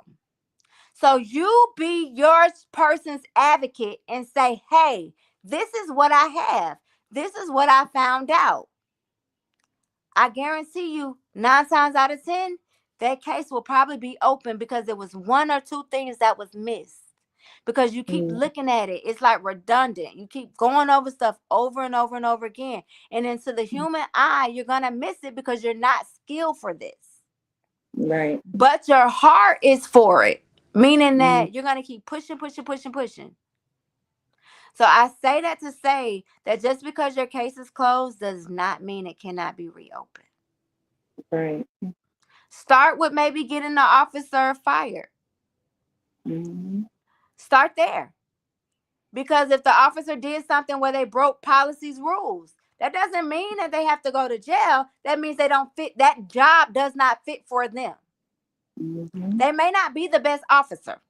Maybe they'll be a better grocery clerk. I don't know. Maybe they could push some carts at Walmart. That may be better. I can't say. But what I can say is that we know that there are people in positions that shouldn't have the job that they have. And if we're going to hold people accountable for certain jobs and certain positions, then that's what we expect. And if they're going to break rules and they don't have any care or any empathy of the family, they don't need to work that job. Now, we do understand that officers do get put in positions that are hard. We get that. They get out there, they're dealing with criminals, they're dealing with all type of situations. They want to go home just like everybody else does. But you still have to do your job. You still you still made an oath. You still did whatever you needed to do for you to become that officer. And we need to hold you accountable for that. So if that job doesn't fit you and something else fits you better, then that's the job that's the job you need to take. Because just like they want to go home to their kids, we want our kids back home too. Right. So we're not saying anybody's right or wrong. What we're saying is if the shoe fits, you got to wear it. On whatever end that looks like, you guys. That's not saying anybody's right or wrong. I don't take sides. I go by facts. And that's all we can go by when we're dealing with these type of cases, regardless of whether or not it is a police involved case or whether or not it is a community violence case. We have to go by the facts, right? Okay. So we're going to have this little open discussion real quick on 2 questions, and then we're going to let them go because we don't really held them. I do apologize because for one, I was eating a Caesar salad. Like, I'm just going to be honest with you guys. I was hungry. I had not eaten all day. So I was really bad today. Yeah, like that's just the reality of it. So maybe we could pick up another day for a part 2, but tonight we're going to go ahead and start because we know that this is going to be a continuing conversation. So maybe this is something that we can have once a month or maybe every 2 months. You guys could deliver questions to us and maybe we can address them. That may be something else that we can do so that we can know exactly what you guys are thinking about or what you need help with, because this is kind of like just a general conversation. And we really don't know what you need help with if you don't say it. And everybody's that's been on the town hall for this month has been very good. They have been very helpful. And we know this is a hard fight. And it looks different from everybody. I have to keep saying that. It looks different from everybody. Because I remember when I walked into this, I just didn't know what to expect as a mother. I really didn't. And after, 2 years going in, you guys, I didn't even think I would be on here. When we started the town hall, y'all, I was hiding my face. Like, we wasn't even on the screen because I knew that we needed, and Meg was one of the people that was helping us behind the scene. I knew that we needed town halls for education, but I didn't know what it looked like or what we needed to do. So we kind of just jumped into trying to get you guys as much education as you can, because with anything that you do, if you're not educated on it, you're not going to be successful. Right. So if there are special topics that you guys want, or there's something you need to know about the media, something you need to know about a therapist, if it's something that you guys need to know about a legal consultant, there's something that you want to know about trial, how that works, let us know so that we can give you guys town halls based on the areas that you need. That is the purpose of here. We don't get on here for nothing, because I ain't paying none of them. I ain't got no money. Juneteenth just took all my money. I just want y'all to know that. Like, just trying to do the monuments. Like, let's just keep it real. We don't have no monies. We ain't nobody donating nothing. Don't nobody want to give us nothing. I was just talking to Meg about that. We got to get some monies. So we're doing all the things that we're doing out of our pockets. So everybody that you see coming here are spending their time to give you as much education as they can. And we're keeping them from their families and their loved ones. So again, we don't got no money. Y'all want to donate, donate. Y'all can say I'm being real ghetto about that. But this stuff, they on here for free. So if you need help, please let us know. Because everybody is willing to assist you. All right. So one of the questions that I'm going to ask, that's a group question, and anybody can answer it, is and even if people can chime in, what has been the most emotional, exhausting part of the fight for justice? And it's kind of like a two-way question with that, because as a reporter, you deal with impacted families, right? And so you're taking on the emotional toll, because some stories are going to stick more than other stories. They take those stories home with them. As a therapist, there's going to be some stories that stick harder than others. As a legal consultant, there's going to be some stories that stick harder than others. As an impacted family trying to get justice, I deal with 300 plus families when we do Say Their Name Monuments. And there's just some stories, honestly, that I just can't get out my head. That I'm literally looking and Googling things. I'm like, okay, well, how this happen? And again, I don't have any background legally, but if I can help, I can help. So you try to help as much as you can, and we all run into families or stories that just stick, that just are just like, oh, I can't believe this happened. So we're gonna ask our guests about that, and I did a throw out there advocating for funding from larger organizations. I'm sorry, y'all. Okay. All right. That's Tierra. Tierra, of course. Okay. So Tierra is asking about money, you guys. So I'll get to her a little bit later. She is from Memphis. She is part of the Hatley family that was on here last week, and they have the Hatley Foundation. She said an idea to throw out there is advocating for funding from larger organizations to sponsor support systems like these. So thank you, Sierra, for letting us know that, because I had no idea. I don't know what I'm doing with nonprofit. I never got any free money.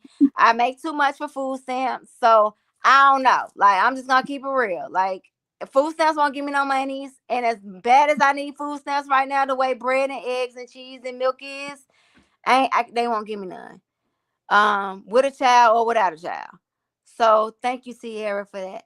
Meg, leave me alone. So you guys, what are you guys thinking about the question that I asked that you probably don't remember? So let me ask it one more time. What has been the most emotional, exhausting part of your fight for justice as you're dealing with families? Anybody can take it. Oh, Tom, you got them hands up. You thinking? I'm scared. I'm scared. No, I just feel like I'm like the third wave of the trauma.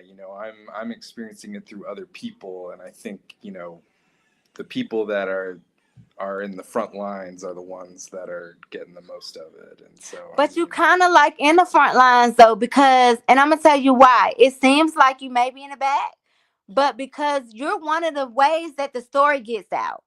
So like when Jalen incident first happened, again, I'm gonna talk about my baby. There was one reporter, Laura. She was out of Memphis. She was one of the first reporters, and she works at the university that actually took in Jalen's story. We didn't take in the negative piece of Jalen's story. You know what we did?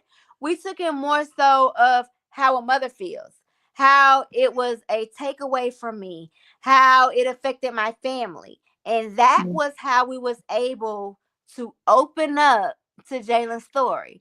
So even though it seems like it is third string, it ain't first string, the media plays a large part on how your narrative comes out and how it could strictly be changed.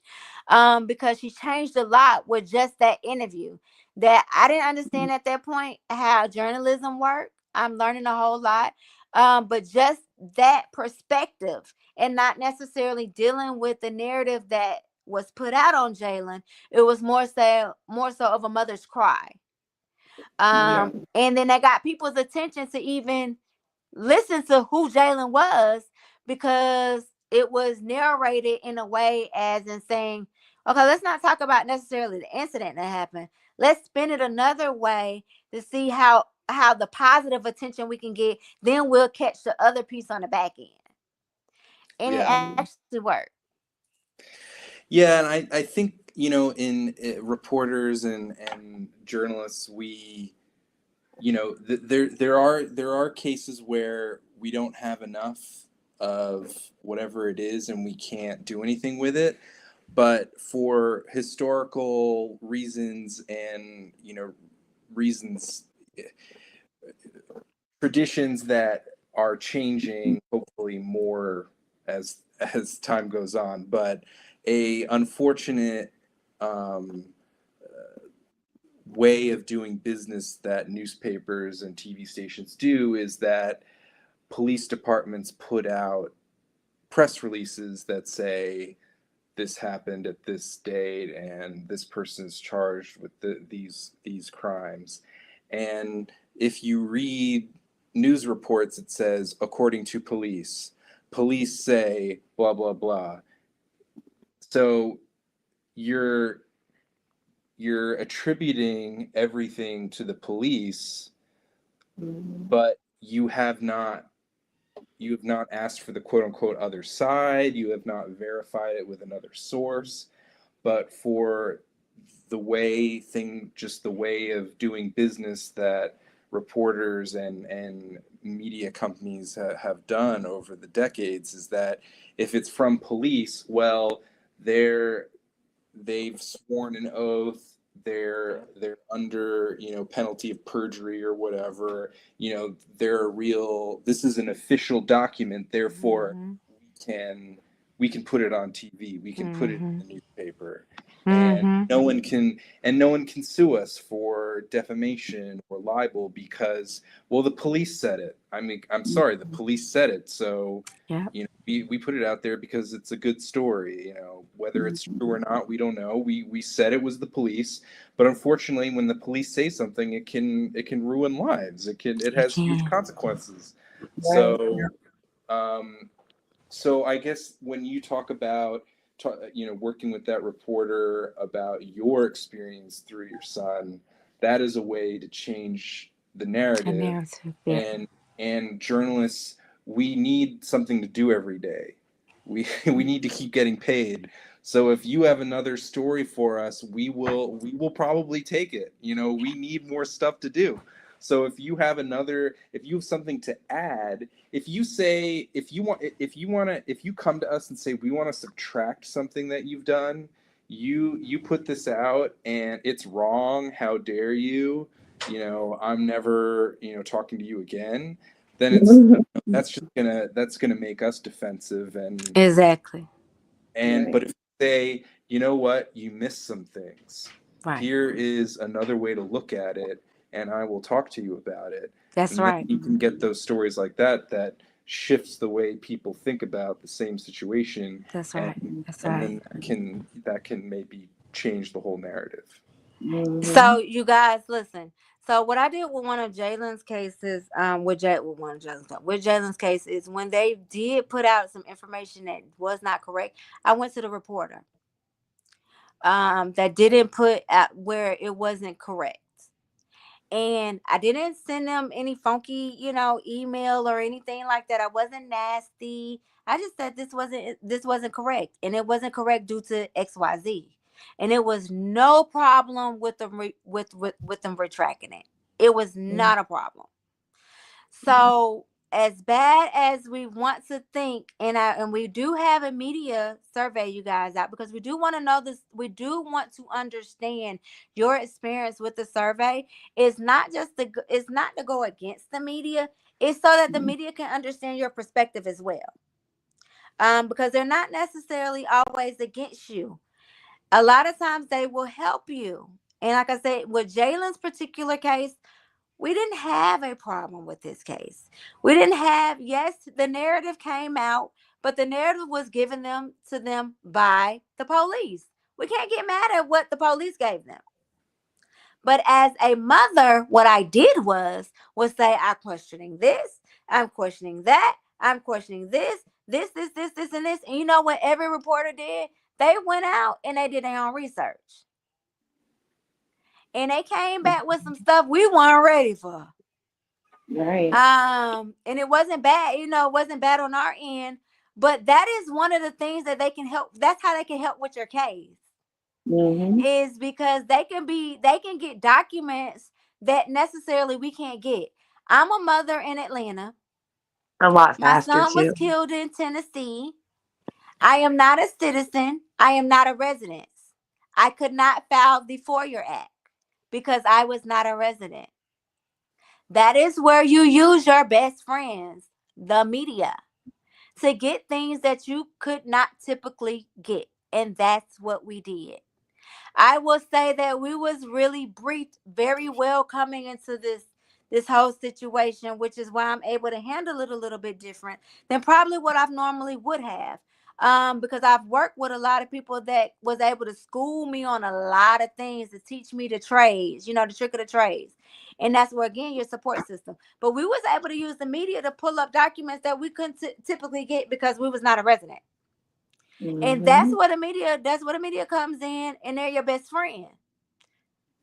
Because they can go in and request some stuff that you can't request. So use them to your advantage. And those are some of the highest people that you can make your friends, because they can literally make and break your case. So you can talk bad all you want to about them. Go get you somebody that's going to be on your side. And that's why I wanted to put the media out here, because there is a lot of bad press and a lot of good press about media. But I want you to understand the advantages that the media can play for your case. I want you to understand they really can help you. Yes, you may have to dig a little bit. You may have to go through a couple of people that actually want to listen or have faith in your case. But one of the key tricks is, if you're dealing with a civil rights case, Google civil rights journalists in your area. Those are the ones that's going to pick up those type of case. In Google investigative cases, investigative reporters, those are the ones that are eager to get a case. There are tricks in the trades that you guys have to learn that will work. I promise you. I am not, Jalen's case is a tough one. I will not let you down. I'm going to give you the facts. There are ways to get certain reporters to report the facts. Investigative and ones that are based on looking for a special subject. So you have ones that do community reporting. They're the ones that's going to come out to a lot of your community events to put you and give you that little blast that you need. That's going to help you all too. So if you have a rally or you have a protest or you doing a hunger drive or something in the honor of your loved one, then you call those community reporters who does community work. If you have something that's more investigative, that you need somebody to look into, go to an investigative reporter. If it's more of a criminal situation, you go to those. Everybody has their little niche that they do. This is just it's just reality. So you go to the person that fits the niche. That's how you're gonna get a good reporter, you guys. That's the only way it's gonna work. And what you just said is exactly I don't what know. Go ahead. What you just said is exactly what publicists and PR people do. Whoa. So I need to be a PR person. You got to get some clients. That's how you'll. So there you go, you guys. And you're hearing it from Tom.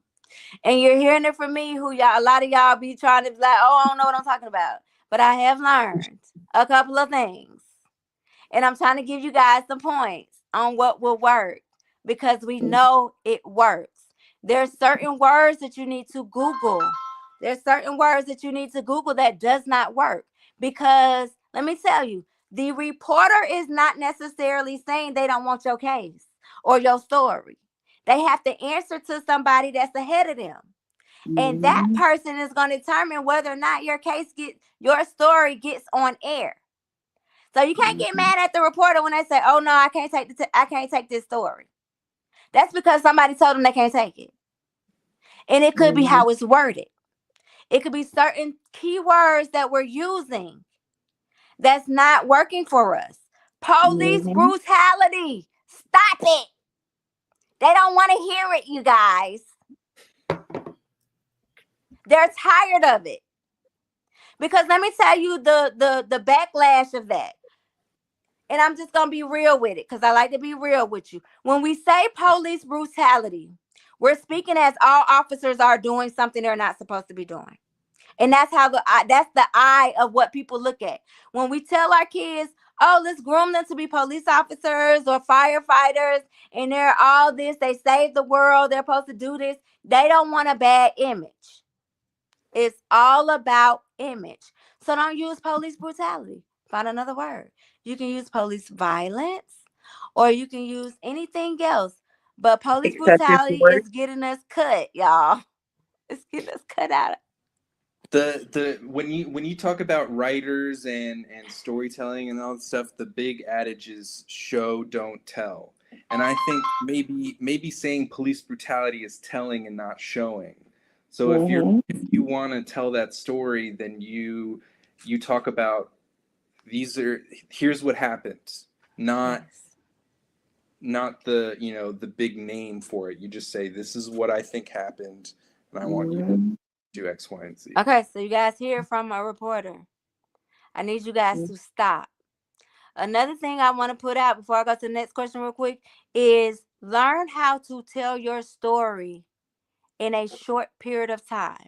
I hear a lot of people say, oh, they didn't say what I wanted them to say.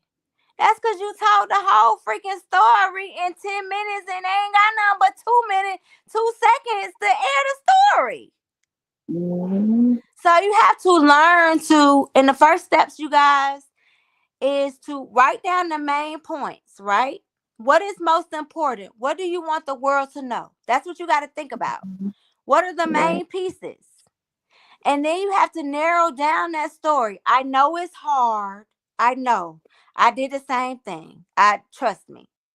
You don't have 10 minutes to tell your story on air. You don't have 10 minutes to a reporter. Let me tell you the process of a reporter, and this is from what I know. And so I'm going to go, and he's going to tell me the real deal. You go when you do the story, right?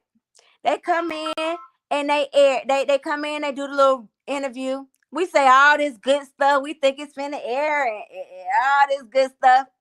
Only about 2 seconds of what we said get it. All the bad faces that we made gets aired. All I saw my stomach in the last interview that I was in that I thought I was hiding. Like all the bad shots that I didn't want to gets there, right? And that's because we don't prepare ourselves for camera. There are certain things, certain colors. There's just certain stuff that we will have a workshop on how to, for media later on. But there's just certain things that we're just not educated on. A lot of times the attorneys have publicists and people that will school a lot of people. Well, a lot of us don't have these big name attorneys that's paying a publicist to tell us what's right and what's wrong. So we get up there and we make the ugly faces. We have stuff on our face. Our story is too long, so we don't get the stuff that we want aired out, and we just look hard. We look horrible because we wasn't ready. That's just the reality of it. And I can tell you, I've done it to many interviews. I don't care how I prep. I swear I be fine and I be looking good, but they catch all the bad stuff. All the bad stuff. Last interview I did, my whole necklace was flipped. And I'm like, why nobody told me my necklace flipped? Because nobody got to see me and Jalen on it. It's just the reality of it. So we have to learn to prepare ourselves for those type of things because people take you more serious when you're prepared. It's just like if you go to a job interview and you're supposed to prep. You're supposed to know who you're talking to, what you're talking about. You don't have all day for a job interview because they have other people they got to interview. The reporter has to write up this interview. They have to take everything you said, try to figure out the most important pieces, put it together, and get it aired before whatever time they say it was going to air. They don't have all that time. So it is your job to be prepared. You have to know to summarize your story, put the most important pieces that you want the world to know that is not going to be flagged. And that's by using certain terms. It's just like a job interview. You're wanting somebody to hire you for something. So you have to take it serious and you have to be prepared. And it's going to take work. It's going to take time because I'm still working. I told you I looked like I was probably 800 pounds. And I thought when I got there, I was probably only, 100 pounds. And when I looked at myself on the screen, I felt like my chest and my stomach all was the same size. And my doggone necklace was flipped. Everything just seemed like it went wrong. But the message was delivered. But the image that I want was not. So I want you to, it don't matter how many times you do this interview, we're going to be practicing and practicing and practicing until we get it right. But you have to practice because they're not going to stay here 30 minutes to hear your story. You're the only one that care about your story. You're the only one that really care about your loved one. So you have to make sure that whatever you do is dumbed down and is summarized enough to where they got the message that you want to deliver in the time they want it delivered.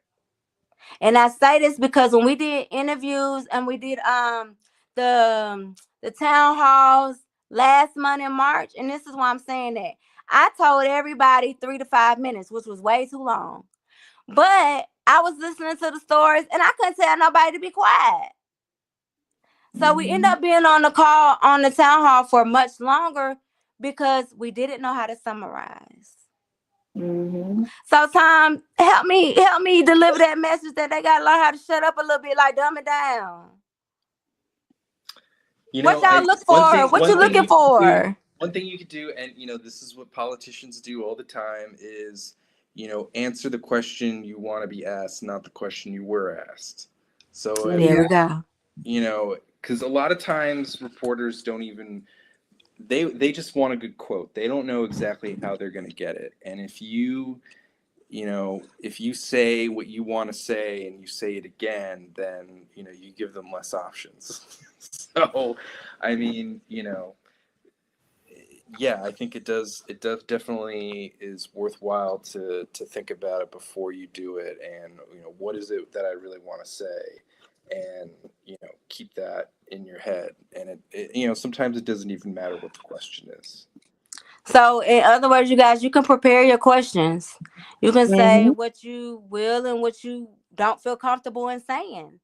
And most reporters will respect that. So if you guys write down some questions that you're comfortable in asking, that you can kind of summarize and then go from there. Because again, the reporters are on your side. They're on your side. They're here to help you. Meg, you guys something to say about that? I agree. I think the quickest thing you can do is make a timeline of events that happen, regardless of if it's a police officer involved shooting, car seal death, a police incident. Make a timeline. Get as much documentation as you can. Reporters love documentation. If you've gotten it, before them having to grab it, that's great. Otherwise, they can provide, the documentation that's needed pretty quickly. But yeah, just be prepared and you make sure you have key points. That's the biggest thing ever. Key points, a timeline. 3 to 5 minutes is great if you can do that. Lawyers, you have about 15 minutes of attention for an attorney to sell the case prior to them saying yes or no. Yeah. So Jillian, what do you think the mental piece of that, as people are going on and doing these interviews, I call it like more of a recovery. Because every time I do an interview or a town hall interview, I feel like I have to gear myself up for it. And then I have to come down off of it once I'm done with it. Like, so what are some of the things that people can do to help them as they're transitioning to an interview and after an interview?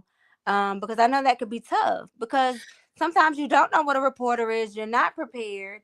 A lot of times I don't have questions already written for the reporters. And the reason why I don't is because I like to be as open as possible. I like to be Yeah. as transparent as possible. Because I work with so many different families and I want them to understand that it's okay to be true. You know what I'm saying? A lot of times you so scared of what other people may think or the judgment of what may come out or the story that you kind of try to put on this whole little face, this whole little font to get ready for this whole little incredible 2-minute stage performance, that you may get. And the transitioning from going into after, like, Yeah. The thing I was thinking about when you all were talking was like, that's got to be exhausting as hell. I don't know if I'd be cut out for that, but that's what came to my mind. And I understand why it's necessary, but it's still exhausting nonetheless. it is. I think that it's really important that you have a multidisciplinary team of people who work on different types of pieces of the advocacy. So as the victim or victim's family, those rules are fine. For me as an advocate, and as a person who has written a dissertation on implicit bias that's rampant, I'm always going to speak out whether people like it or not. Mm-hmm. Like, I am not concerned about how people feel. Like, especially when it comes to some of the things we've been talking about tonight. So, for example, I just did a training with police officers, and I'm straight up. I'm not here to cut any chases with you. And if you want that, don't hire me to come in and do your training on implicit bias, because we all have it. So my stance may be a little bit different, because I do believe in pipeline to prison. I do believe that there are injustices, and I do take a stand on those. I think it is exhausting for families to have to go up against systems that were essentially built to oppress. And I call that out. And I'm straight up about that. So, I see somebody put in the chat about police trauma is used on both sides. Sometimes we got to call a thing. And that may not be where this group of people does do that, but there's a whole nother group of people. Yeah, we do that. Yeah, we're about that life. I do not have a problem with, I get called for jury duty, but because of my footprint and my research, I don't get on juries, because I see clearly some of the BS, and that's what it is. And so what I'm very much an advocate for us as the part of the system, not re-traumatizing families. So for folks, I understand you have to get on the media, you got to do your thing, but always honor the person who has been lost in this process. Don't forget that. I am never going to make a system feel comfortable for the loss of my child. And so whatever way that comes out, I got to operate in my authenticity.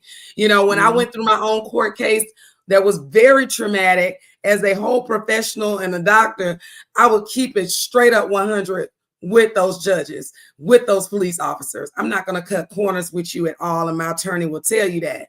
So I think you have to have an arsenal of people that support you and can speak on multiple sides of the advocacy piece.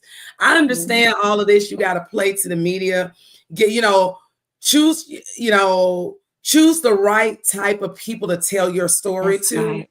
But never dilute your story to puppet for these people. Don't dilute your story. Your story is your story. And if you can't stand on 10 toes about your story, then that's not the person you need to be talking to. And that's a support system, you guys. That is what we're saying there's so many things that I can't say because you're going to look at me crazy. But when I say support system, that's what I'm meaning by a support system. I have a support system that will tell me personally, business-wise, dealing with Jalen's case, Ash, you wrong, you need to look at this, or you right. And those are the people that I like to have in my corner because they're the ones that keep me afloat. Yeah. So you have to get you a strong support system. And again, I always say it look different for everybody. Because my support system is impacted families that I'm very close with. Of course, our legal team, community people that we do events with. These are people that have a wide range of knowledge on different things.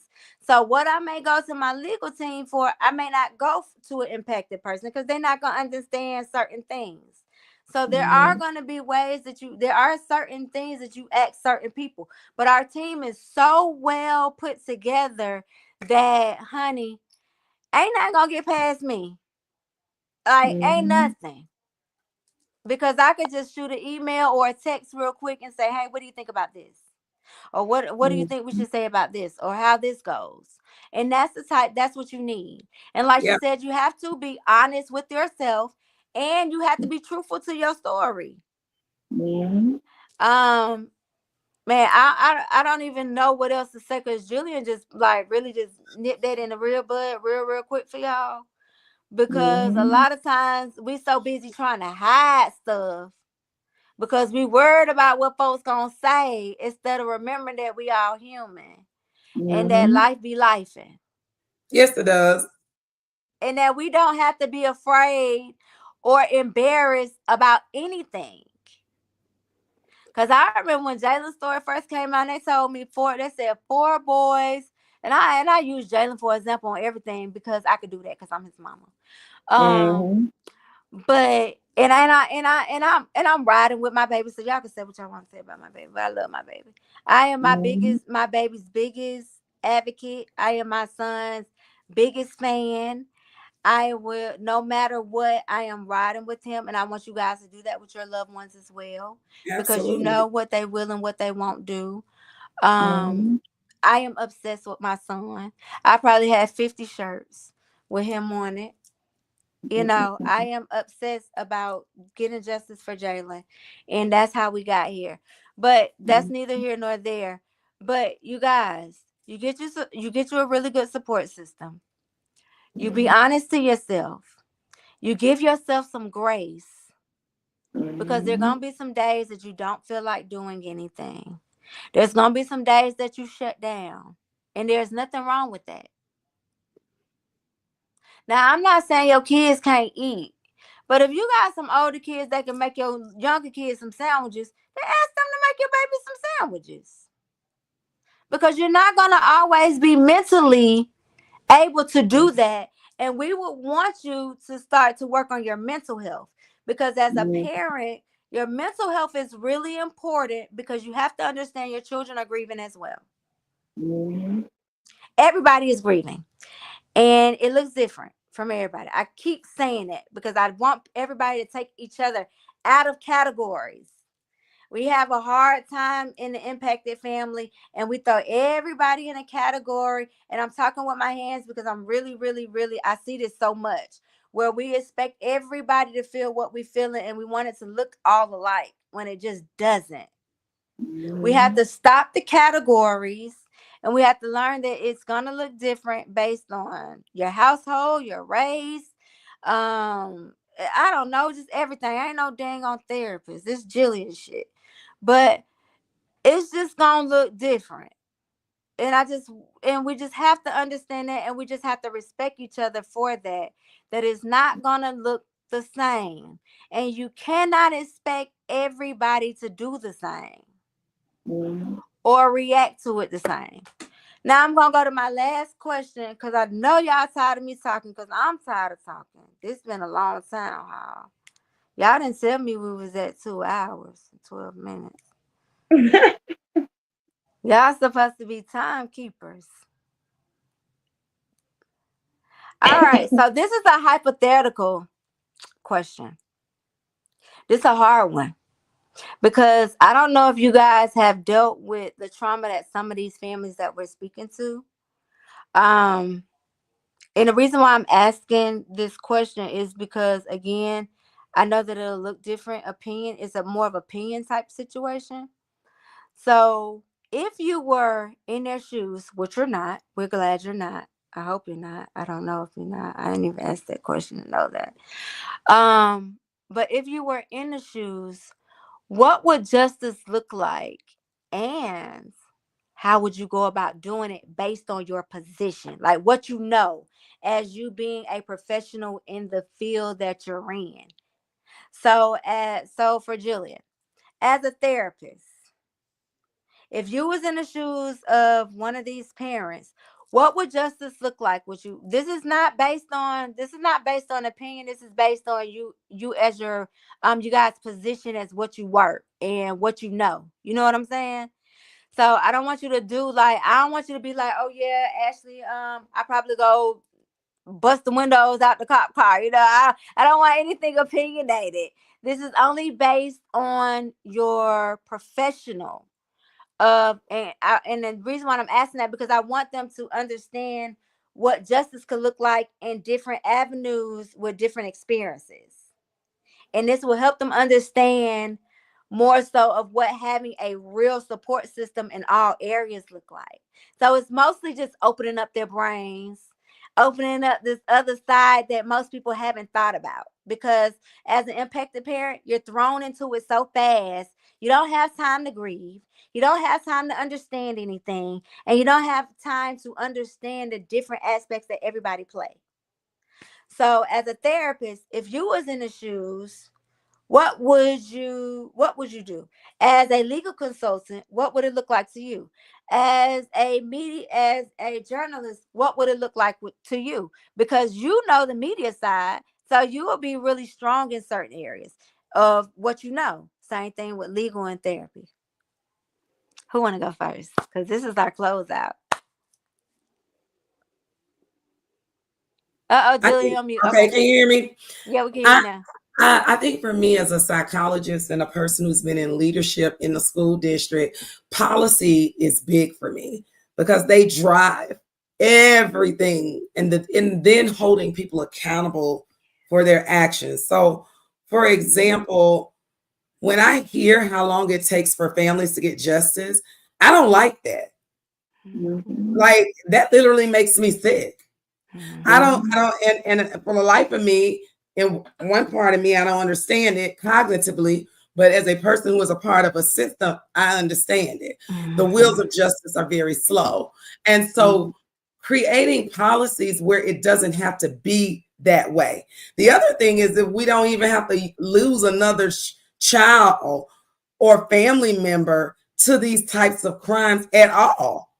Mhm. Like, what can we do to prevent these things from happening? And that's why I'm so happy, those police officers brought me in this year to work with police officers on not only emotional intelligence, but implicit bias for an entire year.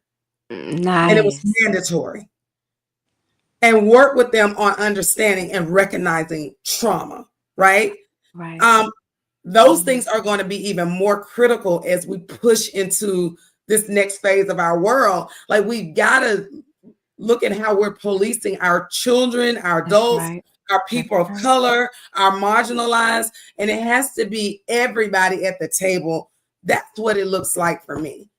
If I was a person, I am all about changing policy. I am all about preventing. I don't want to see families go through what you all have gone through, right? So what can we do to prevent it? How can we make these systems better? That's all I got. Nice. So that goes again, you guys. So when we're saying that, talk to your local councilmen. This is where speaking to impacted person going into to speak with the police chief to say what works in your community, what doesn't work. And this is where we're having to bridge that gap to understand what policing will look like moving forward. Because it's gonna be different. We had a different string of kids, y'all. We got them kids that just don't care. They some gutters. They getting out there, they doing their thing. And it's not necessary. They out there. So, and we have to be aware of that. But this is where you working with your local professionals, your local politicians, and we're bridging that gap with everybody will work. And that's what I keep saying all the time. Got to bridge the gap. But you got to get out there. You got to talk because they can't read your mind and we can't read theirs. So you're out there in your community and you're seeing what's needed there. They're looking at it on a whole nother level. They're looking at that as on a policing policy level. Whereas you may be looking at it on a community level. So if you put all these brains together and come together and figure out a situation that will work for your community, that is where going local will actually help. And this is where being preactive, preactive versus reactive is very important, because reactive, we're losing too many kids. Proactive, let's get it done. Let's try to figure out what the problem is and fixing it. And that's where it takes everybody working in the community, whether or not it's a teacher, it's a principal, it's just a grandmama, that see all the kids get off the bus. This is where all of us working together, and this is where that the idea of it takes a village to raise the kids, whatever that old school saying that old folks used to say, that village thing. That's what that means, you guys, is that we got to all come together as a village, and we all have to be accountable for it. We can't keep just saying they the problem, because they don't know what to do for your community, but you do. So let's fix that. Tom, you want to go? What you got for me? Because I saw you over there thinking, so I really want to know what's in your head. I'll be watching. Yeah, I mean, I think stuff like this is exactly what I would try to do. I mean, I think a tragedy like that makes you feel like, because family and friends want to support you, but that doesn't mean they know exactly what you're going through. And I think you need people who know exactly what you're going through, who have gone through the same thing before you. And just like what you're doing now, Ashley, is I just want to talk to you, honestly. And so, I think, I mean, as many people as you can find who have been through it already, get their support. So y'all, Tom is saying that if you have impacted people around you, people that understand what you're going through, love on them, hug on them, and talk to them. And it's all about networking. It's all about building relationships, because those are the most important things. Things has not changed just because you're walking this journey. I like to always say too, God doesn't give you nothing, and He don't put nothing on you that you can't bear. So even when you think that it is like you just can't do it, and you just don't have the capacity mentally, emotionally, just pray. And I don't really like to get too religious, because I know a lot of some people are very touchy. So whatever religion or whatever spiritual aspect or whatever you do in your life that you go to that in that moment when you feel like you just don't have nothing else. I am one call away. I am one text away. I am literally one message away. Y'all, if you need it, we here, because we understand that it is a battle to get up some days and have to walk this journey. But I want you to know that it is by design. Your child or your loved one was put in the position that they were to make a change.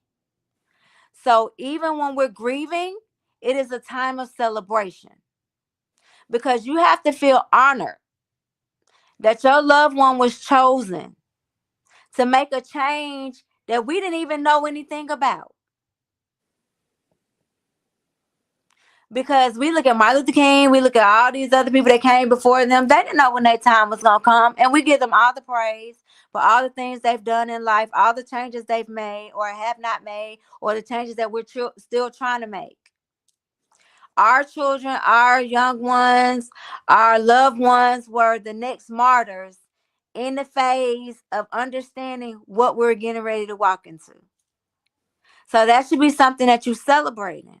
That should be something that you hold in your head high on, because everybody wasn't chosen for that. As bad as it hurts that we can't see them every day, we do know that they had a journey, and that they on a mission. They on a mission. So that should give you that little hope sometimes when you just don't have none, is that my loved one is on a mission. And you are the one on this earth that is seeing that your loved one complete that mission, because they may not be able, they can't talk, they can't do certain things to see it through, but you are their voice. We are their voice. So we're gonna see that the job get done. Man, what you gotta say, girl? Cause I gotta eat my Caesar salad. I didn't finish. It's probably dry. Meg Keller. I know. Okay, sorry. There we go. My mic was not working. So my advice to as an in like to impacted families, get you a support system. Look at the practices, protocols, and procedures that these officers they have to follow. Look at their SOP manuals, which you can obtain by open records request. Find you a good legal consultant to navigate you through the process to get you to that endpoint of a good attorney who can oral argument, whether it be in federal litigation and criminal court. Reach out. Don't be afraid to talk about it, just to follow up. You can't tell us anything that we haven't, I don't want to say that we haven't already heard, but we're pretty seasoned in what we do, unfortunately. And it does have an effect on us, on our mental health and things like that. But that's a whole nother, subject, day, time type of thing. But just, you have a support system. You do have people that care and can show you compassion and concern, give you clarity. Don't be afraid to reach out and ask questions. All the person can say is no. Exactly. All the person can say is no. And you will never know if it's a no or a yes if you don't ask. 100%. And then remember, when one door closed, another one will always open. Also, I want to leave with you guys is that if it doesn't happen in your time, it does not mean that it's denied. Mm-hmm. That does not mean that it may not happen. It's just not your season. And these are for some of the families that do not have justice right away. It's because there's a lesson within your person's story that has to be told, and we just have not got to that piece yet. And we don't know how that's going to change the future, how it's going to change policing, how it's just going to change grief. We don't know. We don't know yet because we're all learning. This is a new journey for all of us because every generation is going to experience something different. Everything is going to look different, especially as technology changes, as tools that we get are adjusted based to the smartness of the kids' brains. We know they're like super smart. These kids are coming out walking and talking. So things are not going to look the same as what it did in our time. And those are some things that we're going to have to adjust. But we're going to get up out of here today. I want to thank everybody that came on and watched. I want to thank all of our speakers. Again, if you have questions that you guys need answered, please let us know. We're here to help you. We have Juneteenth coming up. So if you're in Atlanta or in Memphis, we will be at both of those areas. Juneteenth in Atlanta is the 14th and the 15th at Piedmont Park.